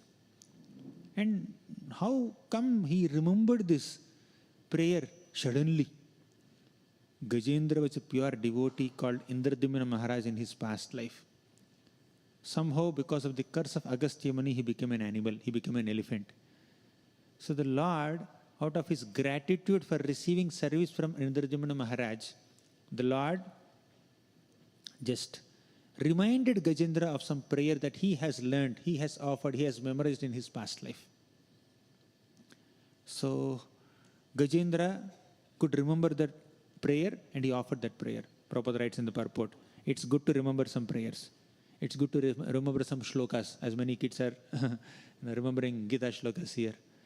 So it can help us even in the next life also. Gajendra offered this prayer. Om Namo Bhagavate Tasmai Yata Etachidatmakam. Like that he offered so many prayers. I'll discuss a couple of prayers in this. One prayer is, Gajendra said that Namo Namaste Khilakaranaya Nishkaranaya Adbhutakaranaya Sarvagamamnaya Maharnavaya Namopavargaya Parayanaya Namo Namaste Akhila Karanaya. Oh Krishna, oh Lord. He did not say Krishna, but oh Lord. Akhila Karanaya, you are the cause of all causes. Nishkaranaya, you yourself don't have a cause.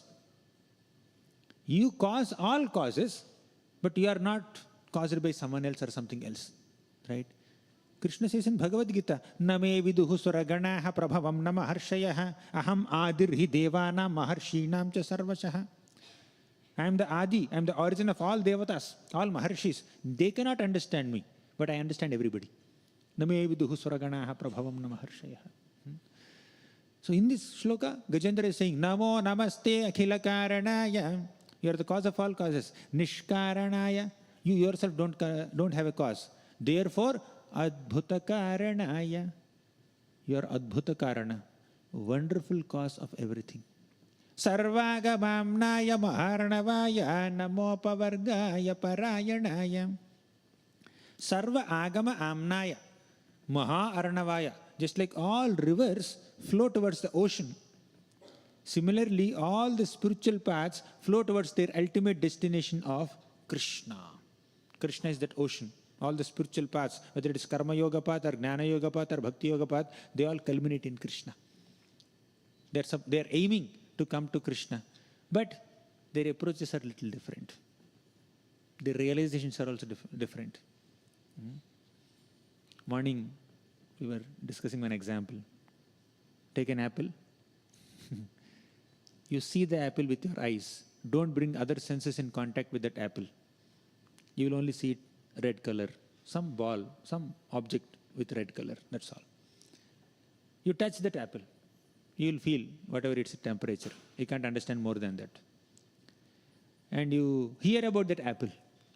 You get some realization of that apple. And you smell that apple. You get some aroma of that apple. You are not using other senses. You are approaching it with only one sense.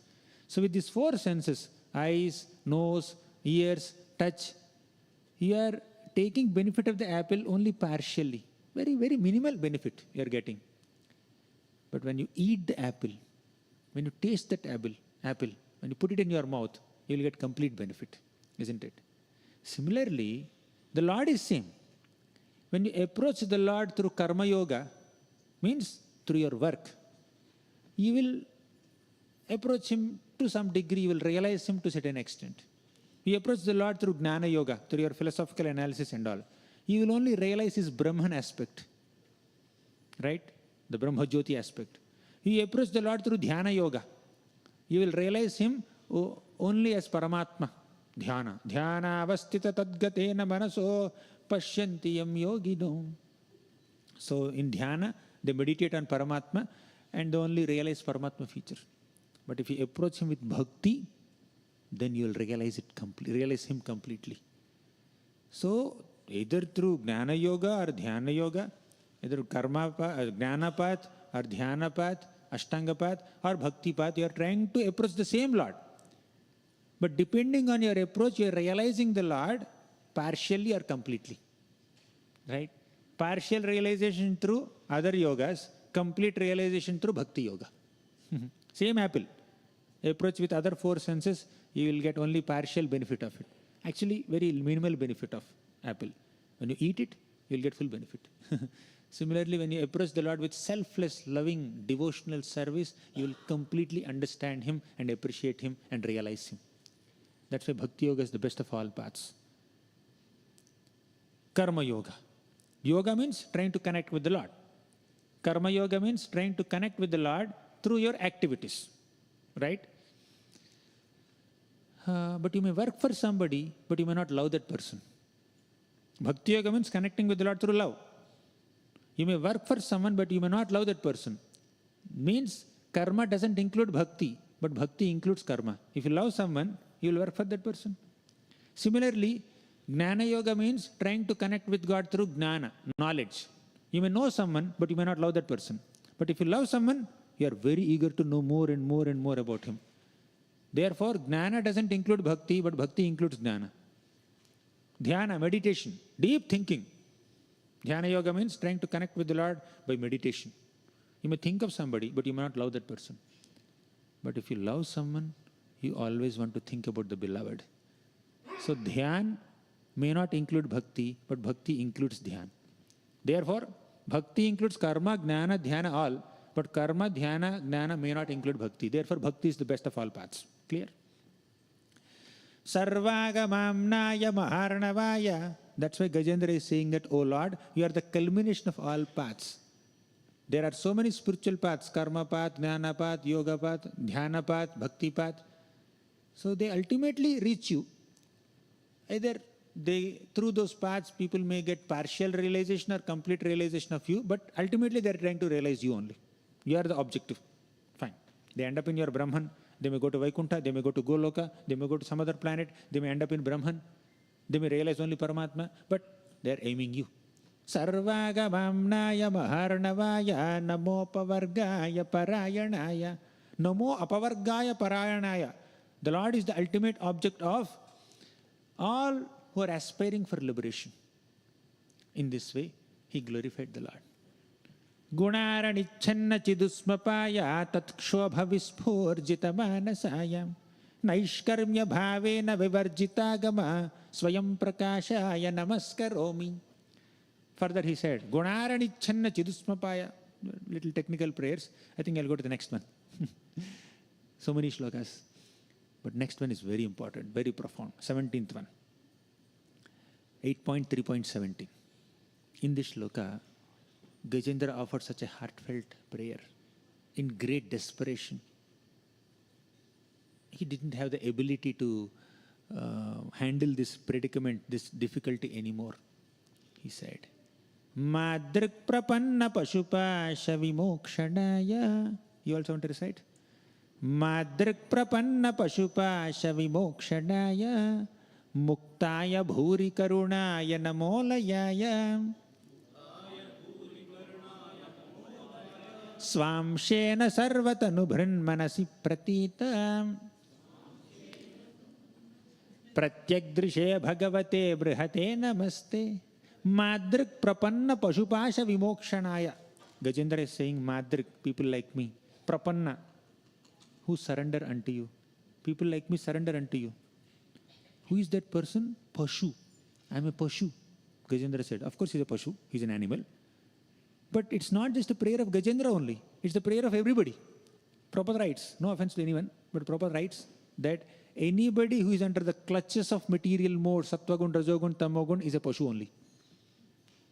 Pashu Pasha, an animal who is bound by the ropes of three material modes. Here, Gajendra was bound by the jaws of crocodile. All the conditioned souls are bound by the gunas of Maya. So, Madrik Prapanna Pashu Pasha. If a Pashu who is under Pasha becomes Prapanna, becomes a surrendered soul unto you, like me, then what will you do? Vimokshanaya. You will release them from bondage. Krishna said in Bhagavad Gita, same thing. Daivi hiesha gunamayi mama maya duratyaya mame vaye prapadyante maya metam tarantite. This material maya is gunamayi. It has three material modes, sattva, rajas, tamo gunas. Mama maya duratyaya. It's very difficult to surpass this maya ordinarily. But it becomes very easy when you take shelter of Krishna.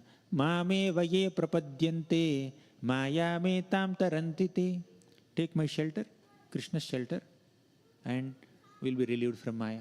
That's what Gajendra is doing. Madrik prapanna pashupasha vimokshanaya. Now you say, I think by this end of the class you should remember this shloka. Madrik prapanna pashupasha vimokshanaya. How many devotees are here? I see only 10 people are reciting. I can see 200-300 or more than that, I don't know. Madrik prapanna pashupasha vimokshanaya. Madrik prapanna pashupasha vimokshanaya. Good to pray like this. Just follow the footsteps of Gajendra and pray. He will protect people like me who surrender unto you, will be protected by you, will be relieved by you from all miseries. Pashu Pasha Vimokshanaya. Why? How the Lord relieves us from difficulties? Reason number one. Muktaya. He himself is never bound by any difficulty. Therefore, he can release us from difficulties. Somebody fell into a big ditch, big well, blind well. Who can release him from that blind well? Another person who is also in the well? No, someone who is outside. He can throw a rope and then pull him out. But he's all. If another person who is also caught up in the well, if you approach him for help, what can he do? So someone who is not in bondage can release us from bondage. Of course, in Damodar Leela, Krishna was born in bondage, but he released Kuvera's sons from bondage. Kuveratmajau baddha murtaiva yadvat tvaya mochitau bhakti bhajau kritau cha tatha prema bhaktim svakame prayacha namokshe graho mesti damodareha. Although he is Baddhamurti, although his belly is bound by the rope of Mother Yashoda's love, he can liberate people. Someone who is in bondage can liberate others, but he himself cannot liberate himself because there is a bondage of love. That's a different context. But here we are not talking about Krishna in bondage. We are talking about Gajendra in bondage. We are talking about a conditioned soul in bondage. Madrik prapanna pashupasha vimokshadaya Muktaya. Muktaya means the Lord himself is Muktaya. He is never liberated. He is never bound. He is ever liberated. He is never bound by any conditions. Gunas can bind us, but gunas can never bind Krishna. For us to get released from this bondage of gunas, we need to surrender to a person who is beyond gunas. That's what the Dwarkavasis say in the first canto of Bhagavatam. Natasmate natha sadangri pankajam virincha vairincha surendra vanditam parayanam kshema mihe chatam param nayatra kalaha prabhavet parah prabho. Parayanam kshema miha ichchatam param. If someone desires one's own welfare, kshemam, in this world, what he is supposed to do? He is supposed to take shelter of Krishna. Why? Krishna is beyond time. Krishna is beyond gunas. Krishna is beyond maya. Parayanam kshema mihecchatam param na yatra kalaha prabhavet parah prabho. The Lord is never influenced by time factor. Those are under the clutches of time, they are supposed to surrender to Krishna who is beyond time. Those who are under the clutches of gunas, of maya, they are supposed to surrender to Krishna who is beyond the clutches of maya, gunas of maya. That's why he said, Gajendra said, you will be able to liberate me 100% sure. First reason is you are Muktaya. Just remember these words. First is Muktaya. You are ever liberated. You are never bound. Therefore, you can release me from bondage. Clear? First reason is clear. What makes Krishna qualified or capable of delivering somebody? Three reasons. First reason is Muktaya. Second, Bhuri Karunaya. Somebody may be Muktaya. Somebody may have the ability or capacity to protect us or release us from bondage. But if they don't have compassion, they cannot release anyone from bondage. Somebody is in need. They need, say, $1,000. You have $10,000 with you. You have the capacity to protect, capacity to help that person. Oh, I have 1,000, take this 100. But if you don't have compassion, even if you have 1 million, you will not give even $1 also. Compassion is not there. Right? So, capacity itself is not sufficient to help others. Capacity must be associated with compassion. Ability itself is not sufficient. Ability must be associated with an intention to help. That's why second quality is Bhuri Karunaya. Muktaya Bhuri Karunaya Namolayaya. Muktaya Bhuri Karunaya. Bhuri Karuna, not just normal Karuna. Bhuri Karuna. Extreme degree of mercy. Great compassion. How compassionate Krishna is.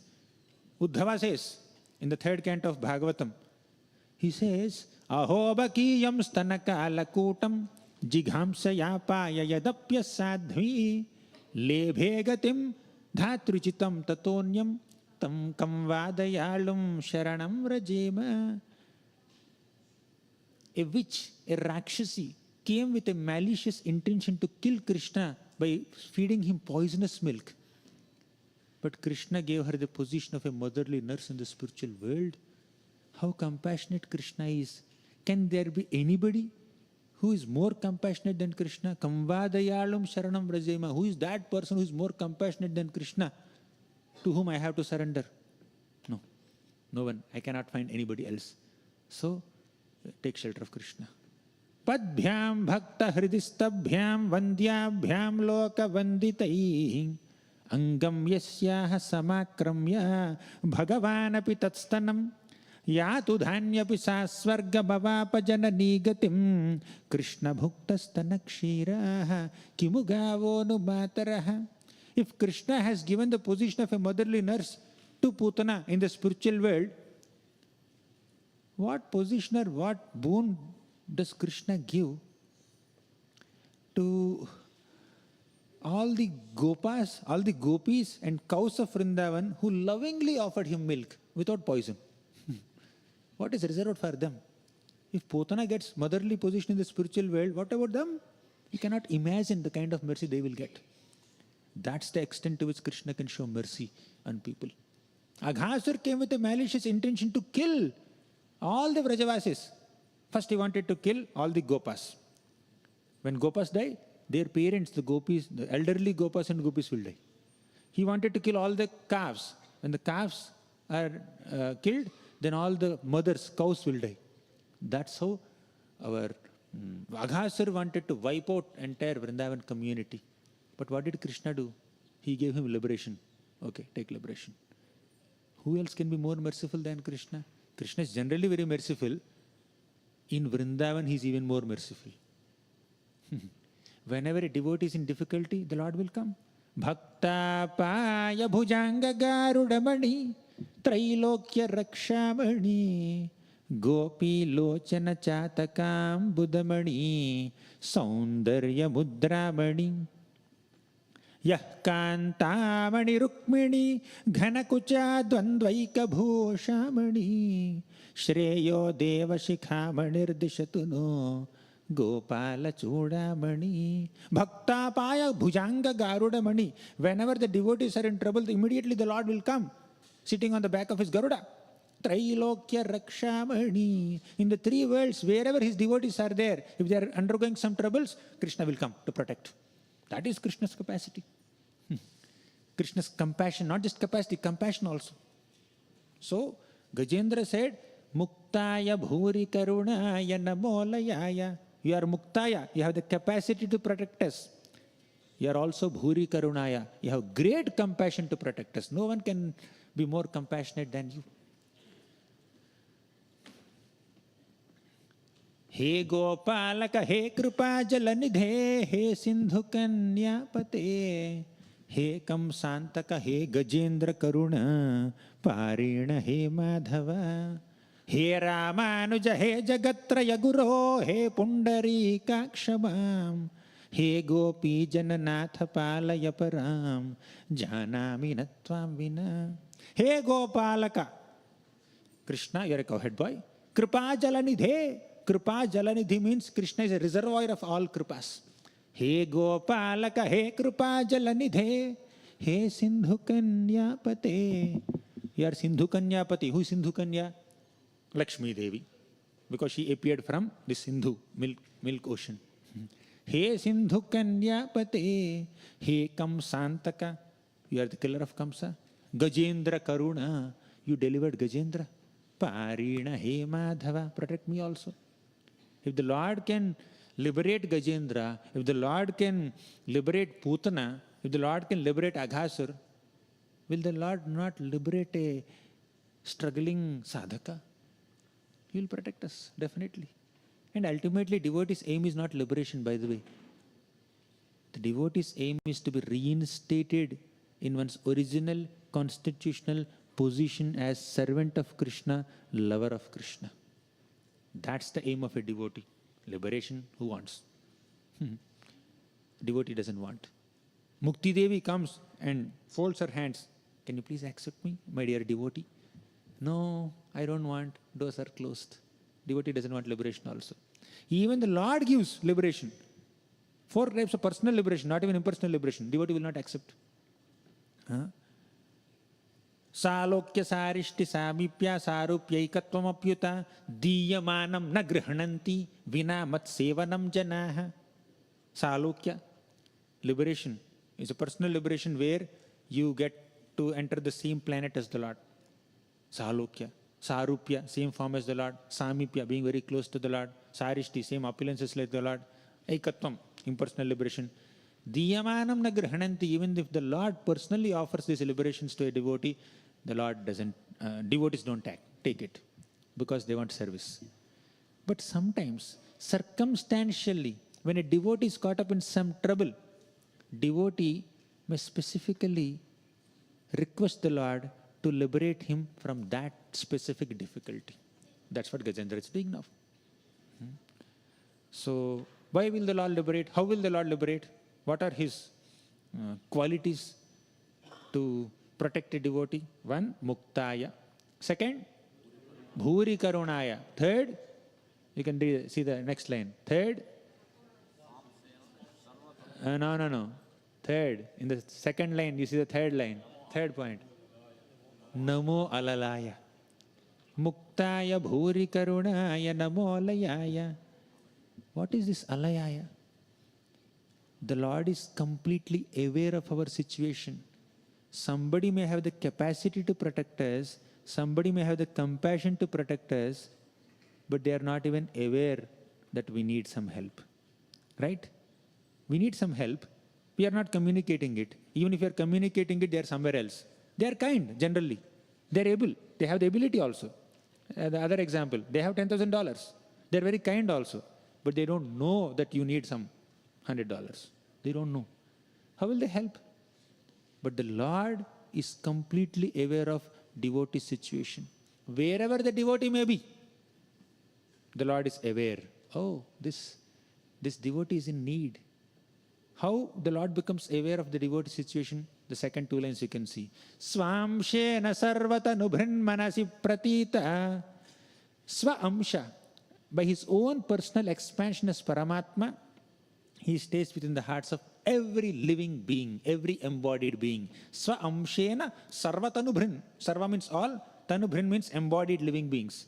Manasi pratita, within the heart, he will be resplendent. He's staying.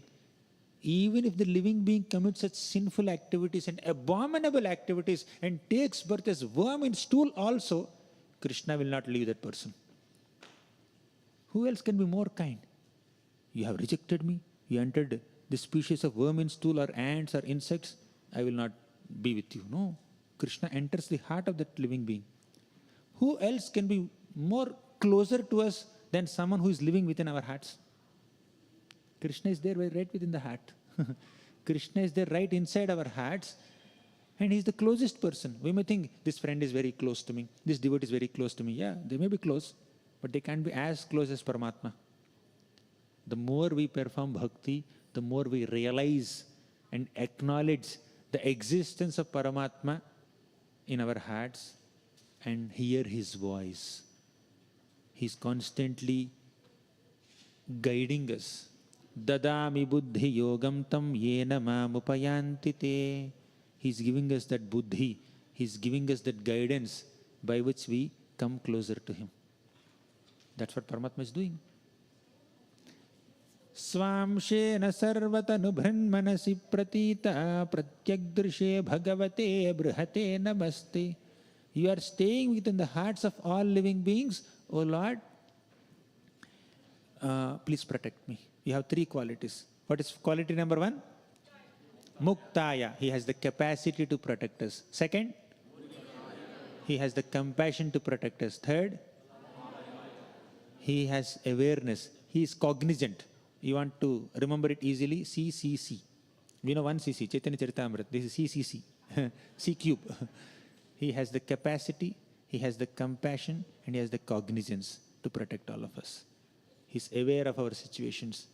Even before we go and offer a prayer to the Lord is aware of what we need. He is aware of our needs, our moods, our deeds, and He will reciprocate with us, with our prayer, with our intentions, with our sincerity. No prayer is unheard. Krishna hears all prayers. No service is unrecognized. Krishna recognizes all our services. Why Krishna recognizes all services? Because He's there everywhere, He's all pervading. Secondly, once He recognizes our services, what is that feeling that comes into His heart? Gratitude. Krishna becomes grateful. Even if you offer little water and some tulsi leaves to Krishna, Krishna becomes so grateful. It is mentioned in Gautamiya Tantra. Krishna becomes so grateful that he feels that this devotee has purchased me with the payment of this tulsi leaf, with the payment of this little Ganga water. Tulasi dala matrena jalasya chulukenava. So if you just offer tulsi leaves and Ganga water, Krishna feels that this devotee has purchased me. I am his property now. He is akinchana vittaya. Kunti Mata says, Namo akinchana vittaya nivritta gunavrittaye atma ramaya shantaya kaivalya pataye namaha. Krishna feels that he has purchased me. I am his wealth, I am his property, I am under his control. Aham bhakta paradhino hyasva tantra ivadvijaha. I am bhakta paradhina, I am completely under the control of my devotee. Bhakta vashyata, bhakta vatsalyata, bhakta paradhina, bhaktair jitatvam. These are the words that are described in our scriptures to describe the Lord's compassionate nature. He wants to be under the control of his devotees. So, Gajendra is offering this prayer. Oh Lord, you have all these three qualities: compassion, cognizance, and capacity. Ability, intention, and awareness. Ability, intention, and awareness. He has the ability to help us, intention to help us, and is aware that we need help. Therefore, please come and protect me. Another important turning point in Gajendra's life. As he's offering prayers, he's evolving in his understanding and he's evolving in his expectations from the Lord. Initially, somebody may surrender to the Lord to get relieved from some difficulties. Yesterday we were discussing Arto Jignasur Artharthi Gnani Cha Bharatarshabha. Artha Bhaktas means those who are relief seekers. They come to the Lord seeking some relief. Artha Bhaktas. Gajendra is initially an Artha Bhakta. But after some time, you know what Gajendra said? My dear Lord, even if you release me from the bondage of this crocodile, I don't wish to continue living in this ignorant material body of an elephant. The real release that I am requesting from you is not release from the jaws of crocodile, but the release from ignorance, release from bodily conception, release from ahankar.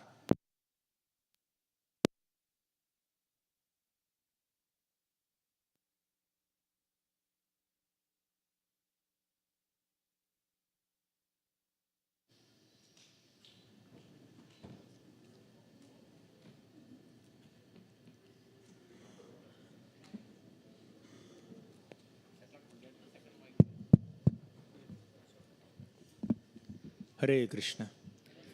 So, the ultimate prayer of a devotee is not just release from a difficulty. The ultimate prayer of a devotee is, please release me from this ignorance, from this material consciousness, from this clutches of Maya, from the bondage of three gunas, from this ahankar. Release me from this ahankar. Make me a servant. Release me from this false ego. Let me embrace my true ego as your humble, menial servant. This is the ultimate prayer of a devotee. In this context, let me remember another story from the 10th canto of Bhagavatam. In the 10th canto of Bhagavatam, there is a great demoniac king named Jarasandha. This Jarasandha has arrested 20,000 kings and torturing them. All these 20,000 kings who are under the imprisonment of Jarasandha, they found a messenger, wrote a letter and gave that letter to the messenger and requested him, please go to Krishna and read our message in front of Krishna. That messenger came to Dwarka, to the Sudharma assembly hall, where Krishna, Balaram and all the chief members of the Hindu dynasty were sitting. This messenger opened the letter and read it. The 20,000 kings were saying, "O Lord, we are your surrendered souls. We are in difficulty. We are in great difficulty. Jarasandha has arrested us. He's tormenting us. He's going to kill us. Please come and protect us."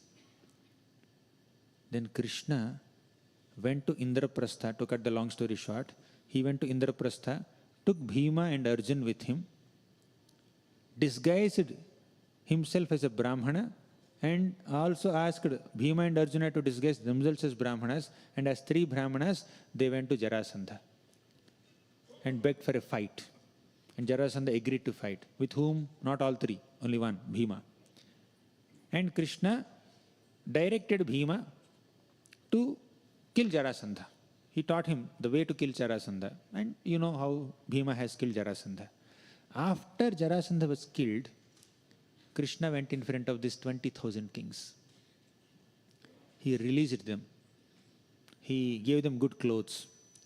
He gave them good food. He revived them, restored their original shine and brilliance as kings. And he told, "My dear kings, I released you from this bondage. Go to your kingdoms." But these 20,000 kings said, "Krishna, thank you for releasing us from this imprisonment of Jarasandha. But the real release that we are requesting from you is, please release us from this controlling mentality. Release us from this false ego. Release us from all mental concoctions. Release us from this ignorance and 3 material modes. We are kings. We are kshatriyas. We constantly desire to expand our kingdoms. We constantly desire to conquer each other and merge others' kingdom into our kingdom. This is our desire. We are like this. Please release us from this mentality to conquer others or expand our kingdoms, expand our empires, and this desire to control and lord over this material nature." So Mother Earth looks at these kings and laughs. Bhumata, she looks at these kings and she laughs. "He is claiming proprietorship over me. I am the Lord's consort. All this entire planet Earth belongs to the Lord, and some king comes and claims, this earth belongs to me. This earth is mine. And he will rule the earth for a few days or a few decades, and he will die. Another king will say, this earth belongs to me. This land belongs to me. And another king is claiming another portion of land, another portion of earth. This king will go and kill the other king, and he will say, that land also belongs to me. In this way, on this planet, how many millions and millions of people have claimed proprietorship over Mother Earth? How many tried to exploit Mother Earth's natural resources? And how many survived? How many managed to do so? And for how long? Every single person who claimed proprietorship over Mother Earth left Mother Earth or merged into Mother Earth, their bodies, right? So, nothing belongs to anybody in this material world. Everything belongs to Krishna. Everything came from Krishna, everything goes back into Krishna, and during its manifestation stage also, everything belongs to Krishna. That's why Krishna said, "Aham sarvasya prabhavo mattaha sarvam pravartate iti matva bhajante mam buddha bhava samanvitaha." Please understand that everything emanated from Krishna. Aham sarvasya prabhavo. Everything emanated from Krishna. Mattaha sarvam pravartate. Everything is pervaded by Krishna. Iti matva bhajante mam. Understanding me in this way, if you do bhajan, if you serve me, if you worship me, if you offer devotional service unto me, buddha bhava samanvitaha, I consider you intelligent person.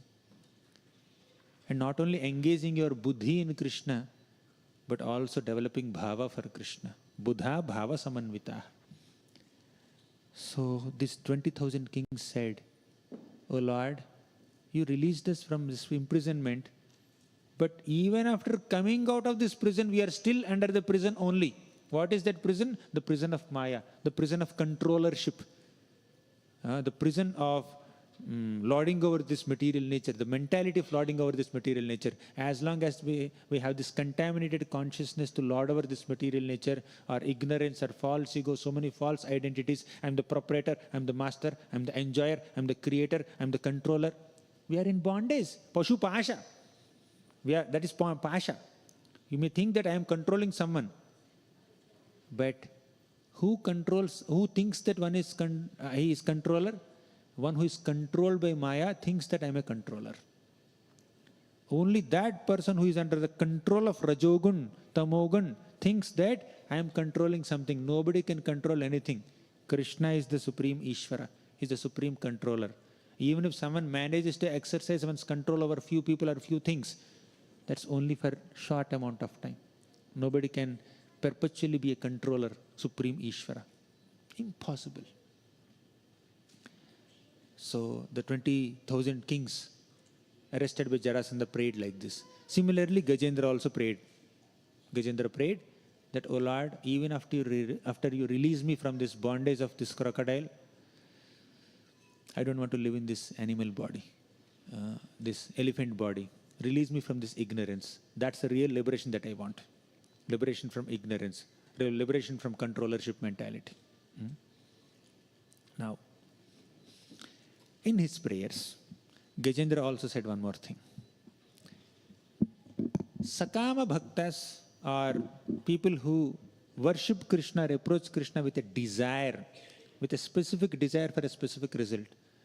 They are not the best devotees. Nishkama bhaktas, selfless devotees are real devotees. And what is the nature of the selfless devotees? Very beautiful shloka. Ekantino yasya na kanchanartham vanchanti ye vai bhagavat prapanna atyadbhutam tacharitam sumangalam gayanta ananda samudra magna. Ekantino yasya na kanchanartham. Ekantina means one-pointed, completely dedicated devotees. Ekantina, their one and only aim is loving Krishna and serving Krishna. Such devotees, na kanchanartham. Ekantino yasya na kanchanartham. They don't desire anything. Completely detached. Vanchanti ye vai bhagavat prapanna. They don't desire anything. Vanchanti, no vancha, no desires. Why? They are bhagavat prapanna. First, they are detached from all material desires. Second, they are completely surrendered to Krishna. Bhagavat prapanna. Third, very important. He says, Gajendra says, Atyadbhutam tacharitam sumangalam gayanta ananda samudra magna. They're completely immersed in the descriptions of Krishna's Nama Rupa Guna Leela. Atyadbhutam, most wonderful descriptions. Tat charitam, Krishna's pastimes and every narration connected to Krishna is ati adbhutam, extremely wonderful. Atyadbhutam tat charitam, sumangalam, extremely auspicious. Gayanta ananda samudra magna. Gayanta, they sing the glories of the Lord, wonderful glories of the Lord, auspicious glories of the Lord, and they immerse themselves in Ananda Samudra. Ananda Samudra is Hare Krishna. Jai Shri Shri Radha Shyam Sundar Bhagavan ki Jai. Gayanta Ananda Samudra Magnaha. They're immersed in Ananda Samudra. Even in Damodar Ashtakam, Satyavrata Muni says, Iti driksvalila bhirananda kunde svaghosham nimajjantam akhypayantam tadiyeshitagneshu bhaktayarjitatvam punah prematastam shatavriti vande. itidriksva leelabhir anandakunde swaghosham nimajjantam. By performing such sweet pastimes like Damodar Leela and Mridabhakshana Leela and many other Leelas, Brahma Vimohana Leela, Govardhan Leela, Giridharan Leela, Krishna is immersing all his devotees in pools of ecstasy, pools of bliss. Ananda Kunda. Gaya, by narrating all these pastimes, by meditating on all these pastimes, by singing all these glorious pastimes, devotees immerse themselves in pools of ecstasy. By performing these pastimes, Krishna is immersing Vrajavasis in pools of ecstasy. By discussing those pastimes, we will immerse ourselves in pools of ecstasy. Gayanta Ananda Samudra Magnaha. That's the power of Krishna Katha. And Gajendra prayed like this: O Lord, I just want to immerse myself like a selfless Nishkama Bhakta in your nectarian narrations of Nama, Rupa, Guna, Leela. That causes the greatest auspiciousness. Again, I am coming to the same conclusion.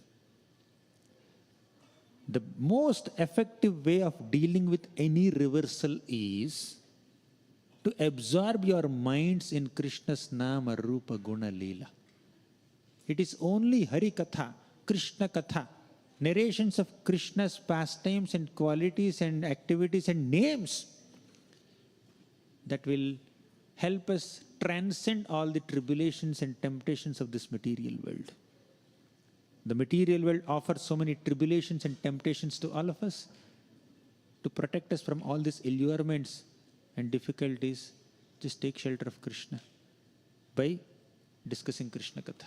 Iti nandadayo gopaha Krishna Rama Katham mudam kurvanto ramamanascha navindam bhava vedanam. All the Gopas headed by Nanda Maharaj were constantly discussing the pastimes of Krishna and Balaram. Therefore, although every single day some demon is attacking Krishna, attacking Vrindavan, these Vrajavasis are happy. So happy. They are unaffected. Calamity exists in the life of a devotee, but that calamity doesn't overwhelm a devotee. Doesn't affect a devotee. It exists, it doesn't affect you. So, to be unaffected by calamity, we need to absorb our minds in Krishna's Nama, Rupa, Guna, Leela. When you are experiencing Ananda, when you are immersing yourself in Ananda Samudra by discussing Harikatha, then if you are Ananda Samudra Magna, if you are immersing yourself in an ocean of bliss of discussing Krishna Katha, what will this material misery do to us? Whether it is Adhyatmika Klesha or Adi Bhautika Klesha or Adi Daivika Klesha, it doesn't affect a devotee. We will become oblivious to it. Just like a drunkard who drinks becomes oblivious to external surroundings. Similarly, a spiritual drunkard who drinks Harikatha will become oblivious to all temptations and tribulations in this material world. Yesterday we discussed it, I think. And that's what all the pure devotees are praying for. Gajendra prayed like this: Gayanta Ananda Samudra Magna. Dhruva Maharaj also said the same thing. Bhaktim muhuhu pravahatam tvayi me prasango bhuyadananta mahatam amalashayanam yenan jasolbana muruvyasanam bhavabdhim neshye bhavad gunakatham pana mattaha. Pana mattaha. Let me drink, let me get intoxicated, let me just become oblivious to surroundings. Neshye bhavad guna kathamrita pana mattaha. Bhavad guna katha amrita. All the narrations of your qualities and pastimes are like amrit. Let me drink that amrit. And by drinking that amrit, I become oblivious to the external surroundings. I become intoxicated. One who is intoxicated materially also becomes oblivious to tribulations, right? What to speak of a person who is spiritually intoxicated? We take a vow, 4 regulated principles. One is no intoxication. But we have to take this vow: I will get intoxicated. By what? Neshye bhavad guna katha amrita pana mattaha. This is the real pana. Even he says, Prahlad Maharaj says, Naivo dvije para duratyaya vaitaranyah tvadvirya gayana mahamrita magna chittaha. Again, magna chittaha. I want to immerse my mind in tvadvirya gayana. in the glorification of your powers, your pastimes. That's the greatest ecstasy. In response to all these prayers, offered by Gajendra, heartfelt prayers. The Lord came. Personally, he came on the back of Garuda, released his Sudarshan Chakra, cut the throat of this crocodile, and pulled Gajendra out by holding his trunk. Come like this. This is how the Lord protects. No one else can protect. All the devatas were hearing the prayer of Gajendra. They had the ability. Indra, Chandra, Varuna, Vayu, Brahma, all these devatas were hearing the prayers of Gajendra, but nobody responded. Because they were thinking that this Gajendra did not call us with a specific name, Brahma, come and protect me, Indra, come and protect me, Chandra, come and protect me. Nobody asked. He did not mention any of our names. On top of it, he is describing so many qualities of a supreme person.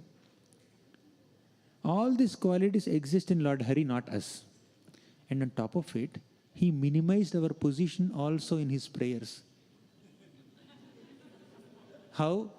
He addressed, "O Lord, O God of all gods, all the other minor gods are your expansions. O source of all the minor gods who manage the administrative affairs of this universe, you come and protect me." That means he's calling Lord Hari, Lord Vishnu, not Indra, Chandra, Varuna, Vayu. So they felt offended. Arey, he's addressing us as minor gods, calling only Supreme God. He will never come, animal will die. That's what they thought.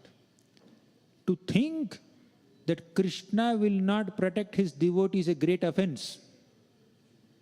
Right? All the devatas committed that offense. As soon as they committed that offense mentally, they saw Lord Vishnu descending from Vaikuntha on the back of Garuda in great haste towards this Trikuta mountain region to protect Gajendra. Then they thought, my God, our calculation is completely wrong. We thought that the Lord will not come to protect. We committed such a great offense. Then they started offering prayers to the Lord to relieve themselves from the offense that they have committed, and they also descended along with the Lord. One elephant offered a prayer. The Supreme Lord Vishnu, along with hundreds and thousands and millions of devatas, descended there. One Gajendra offered prayer. These devatas also offered prayers. So the Lord descended on the back of Garuda while being glorified by so many other devatas. This is how the Lord descended.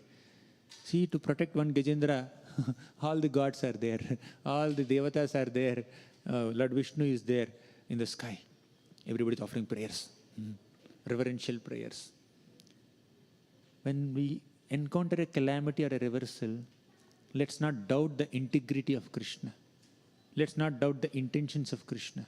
Let's not think that Krishna is neglectful. Krishna is grateful for the little service offered by Indradyumna Maharaj in his past life.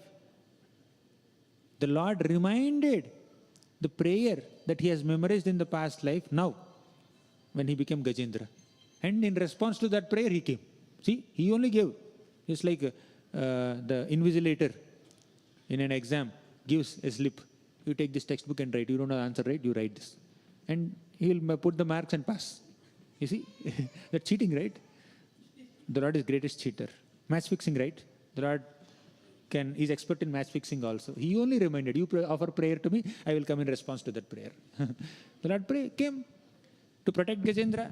Krishno rakshatu no jagatraya guro krishnam namadhvam sada krishne nakhila shatravo vinihata krishnaya tasmai namah Krishnadeva samuthitam jagadidam Krishnasya dasosmyaham Krishne tishtati vishvameta dakhilam He Krishna rakshasvamam. Krishno rakshatu no jagatraya guru. The supreme teacher of all the three worlds is Krishna. Let him come and protect us. Krishnam namadhvam sada. Let us always offer obeisances to Krishna. Krishno rakshatu no jagatraya guru Krishnam namadhvam sada. Krishne nakhila shatravo vinihata. Krishnaya tasmai namah. It is only Krishna who completely destroys all our shatrus. Krishna deva samuthitam jagadidam Krishnasya dasosmyaham. It is from Krishna this entire universe has manifested. We are das of Krishna. Dasosmyaham. Krishne tishtati vishvameta dakhilam. Hey Krishna rakshasva mam. After the destruction of the universe, the entire universe goes back into Krishna only. The universe came out of Krishna. Universe goes back into Krishna. During its manifestation phase, some conditioned soul in that universe are experiencing some difficulties. That difficulties, all the difficulties exist only for one breathing period of Mahavishnu, who is an expansion of an expansion of an expansion of Krishna. Can you just understand? Where is Krishna? If you take shelter of that supreme boss of all bosses, what is the difficulty? It's insignificant. You may say it's easier said than done, but it has to be done. One day, taking shelter of Krishna, that has to be done. When we are so overwhelmed by the immediate problem at hand, we cannot take solution. We cannot take the ultimate solution. Yesterday I was saying, right? Why are you not taking medicine? Why are you not taking medicine? Because I am sick. Does it make any sense? Because I am sick, I am not taking medicine. I am so sick, therefore I am not taking medicine. It doesn't make any sense. Similarly, why are you not taking shelter of Krishna? I have so many immediate problems, material problems to address. Therefore, you have to take shelter of Krishna. All these problems should inspire you to take shelter of Krishna. Because Krishno rakshatuno jagatraya guru. Krishnam namadhvam sada. So, Gajendra was protected ultimately. When Gajendra was protected, all the devatas got their lesson and they offered their prayers. And the Lord not only saved Gajendra, also provided Gajendra Sarupya Mukti. Gajendra, may you come to Vaikuntha, take my own form. And even this crocodile also, he was released from the shapa that he had. He was a Gandharva named Huhu. One sage cursed this Huhu, therefore he became a crocodile. The Lord released him also. Very important point. Gajendra was a devotee. In the past life also, and now also, during this predicament, all his devotional qualities came out. So, this crocodile, although it was killed by Lord Vishnu actually liberated him, isn't it? Liberated him from that crocodile form and gave him his original Gandharva form as Huhu. What was the qualification of the crocodile? Just like Gajendra had a qualification. Previously he was a devotee. But this Gandharva, who offended a Muni, I think Ashtavakra Muni or somebody, right? Agastya, Ashtavakra, right? So he offended a Muni, and because of that he became a crocodile. So there is no mention of his past devotional service. But the qualification of this crocodile is he held on to Gajendra's foot for 1000 years. Even with a negative intention, if you somehow hold on to the lotus feet of a devotee, you will be liberated. Lord will show mercy.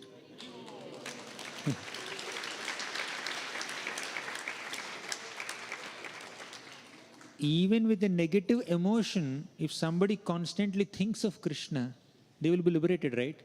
Hiranyakashipu was constantly thinking about Krishna.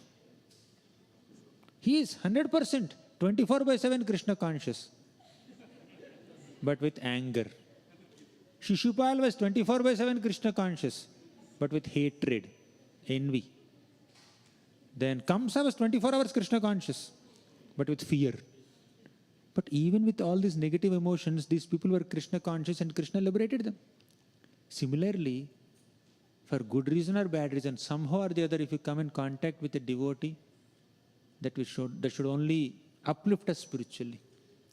So, the crocodile's qualification was to hold on to the lotus feet of Gajendra. He was a devotee. Even though a devotee has been cursed and experiencing the effects of the curse in an animal body, still devotee is a devotee. If you hold on to the lotus feet of such a devotee also, you will be uplifted spiritually. Lord will show mercy. What to speak of holding on to the lotus feet of a devotee? Eagerly, enthusiastically, with positive emotions, with service attitude. You just cannot imagine the results. Yesham samsmaranat pumsaha sadyah shuddhyanti vaigrahaha kim punardarshana sparsha pada sauchasanadibhi. Just by remembrance of a pure devotee, our bodies, our minds, and our homes are completely sanctified. Sadhyaha shuddhyanti vaigrahaha. Kim punar darshana sparsha padasochasanadabhi. What to speak of seeing a devotee, touching a devotee, and washing the lotus feet of a devotee. You can only imagine the effects of such great privilege of taking shelter of a devotee. Even Devahuti Mata, she speaks to Kardama Muni. She says that, it's a long story, but I'll keep it short. Devahuti Mata says that, my dear Kardama Muni, my dear husband, I associated with you only for sense gratification. But I have an argument here. Even if somebody associates with a devotee for sense gratificatory purposes, still the devotee's association should only uplift another devotee, another person, conditioned soul. So your association should only cause benefit.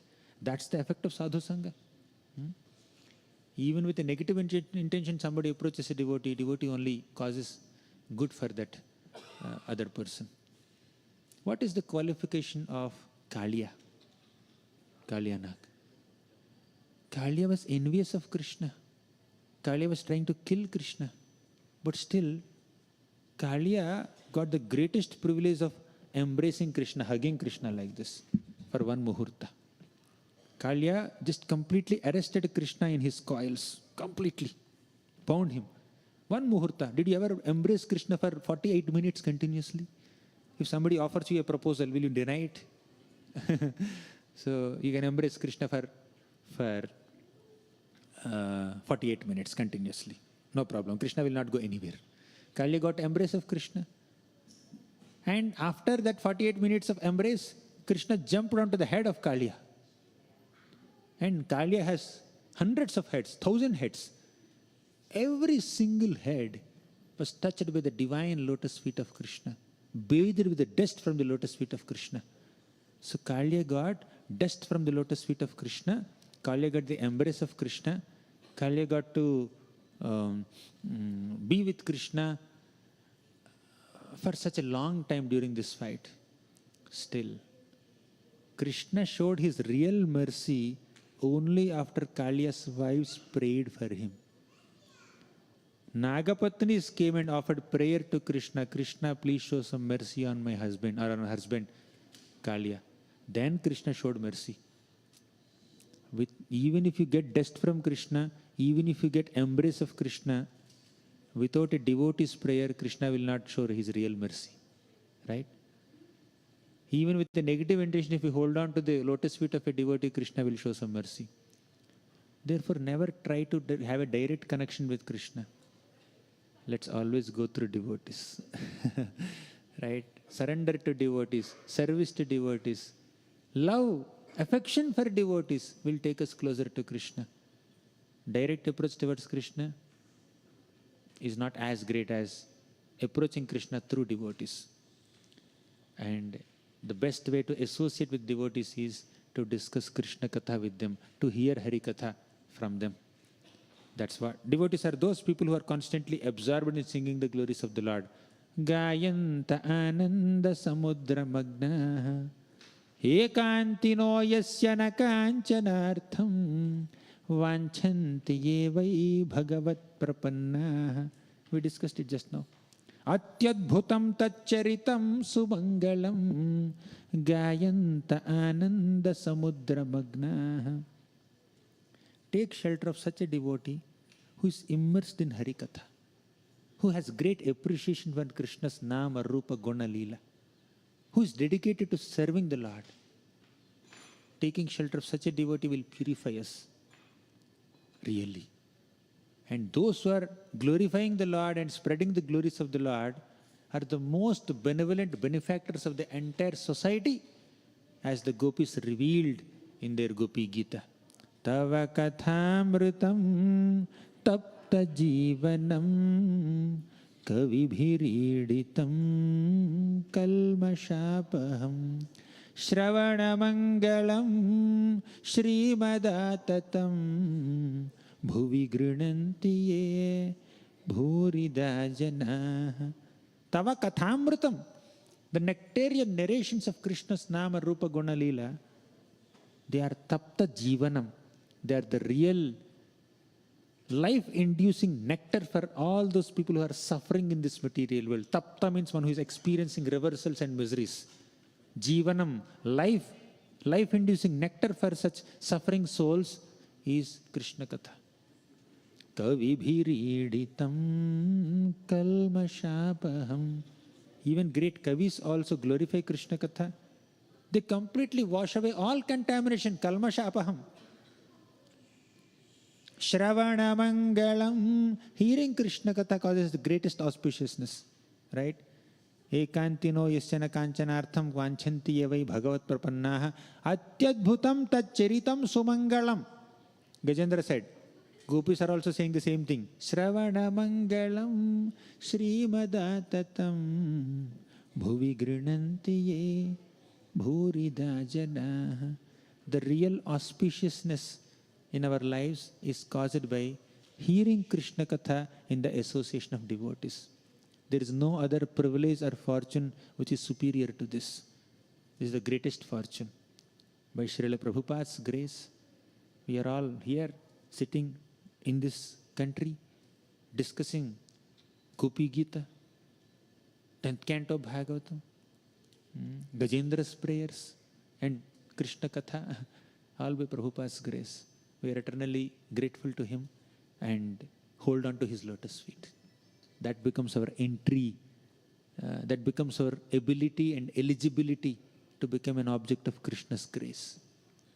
Without devotees' love and affection, mercy and blessings, we cannot approach Krishna. And that's the best way of handling all reversals. Granthara Srimad Bhagavatam ki jai, Srila Prabhupada ki jai.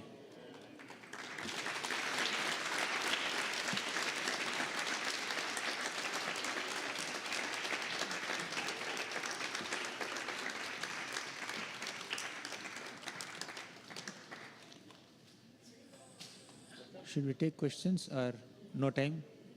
It's already 7.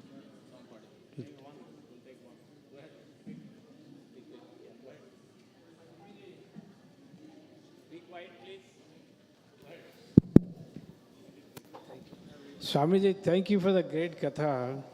The importance of a teacher to the Krishna. The Gajendra should have gone through his master, spiritual master to the Krishna or just jump directly. So that link is, everywhere we see in Hindi there's a doha that says Guru Govind Doi Khade. In this Kake context, lagu paye. in this Guru- pastime, Yeah. the Lord himself is acting as Guru.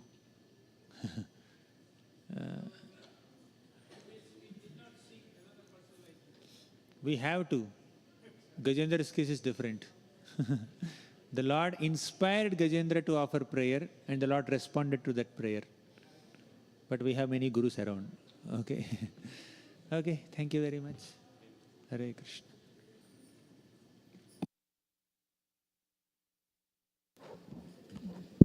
Hare Krishna.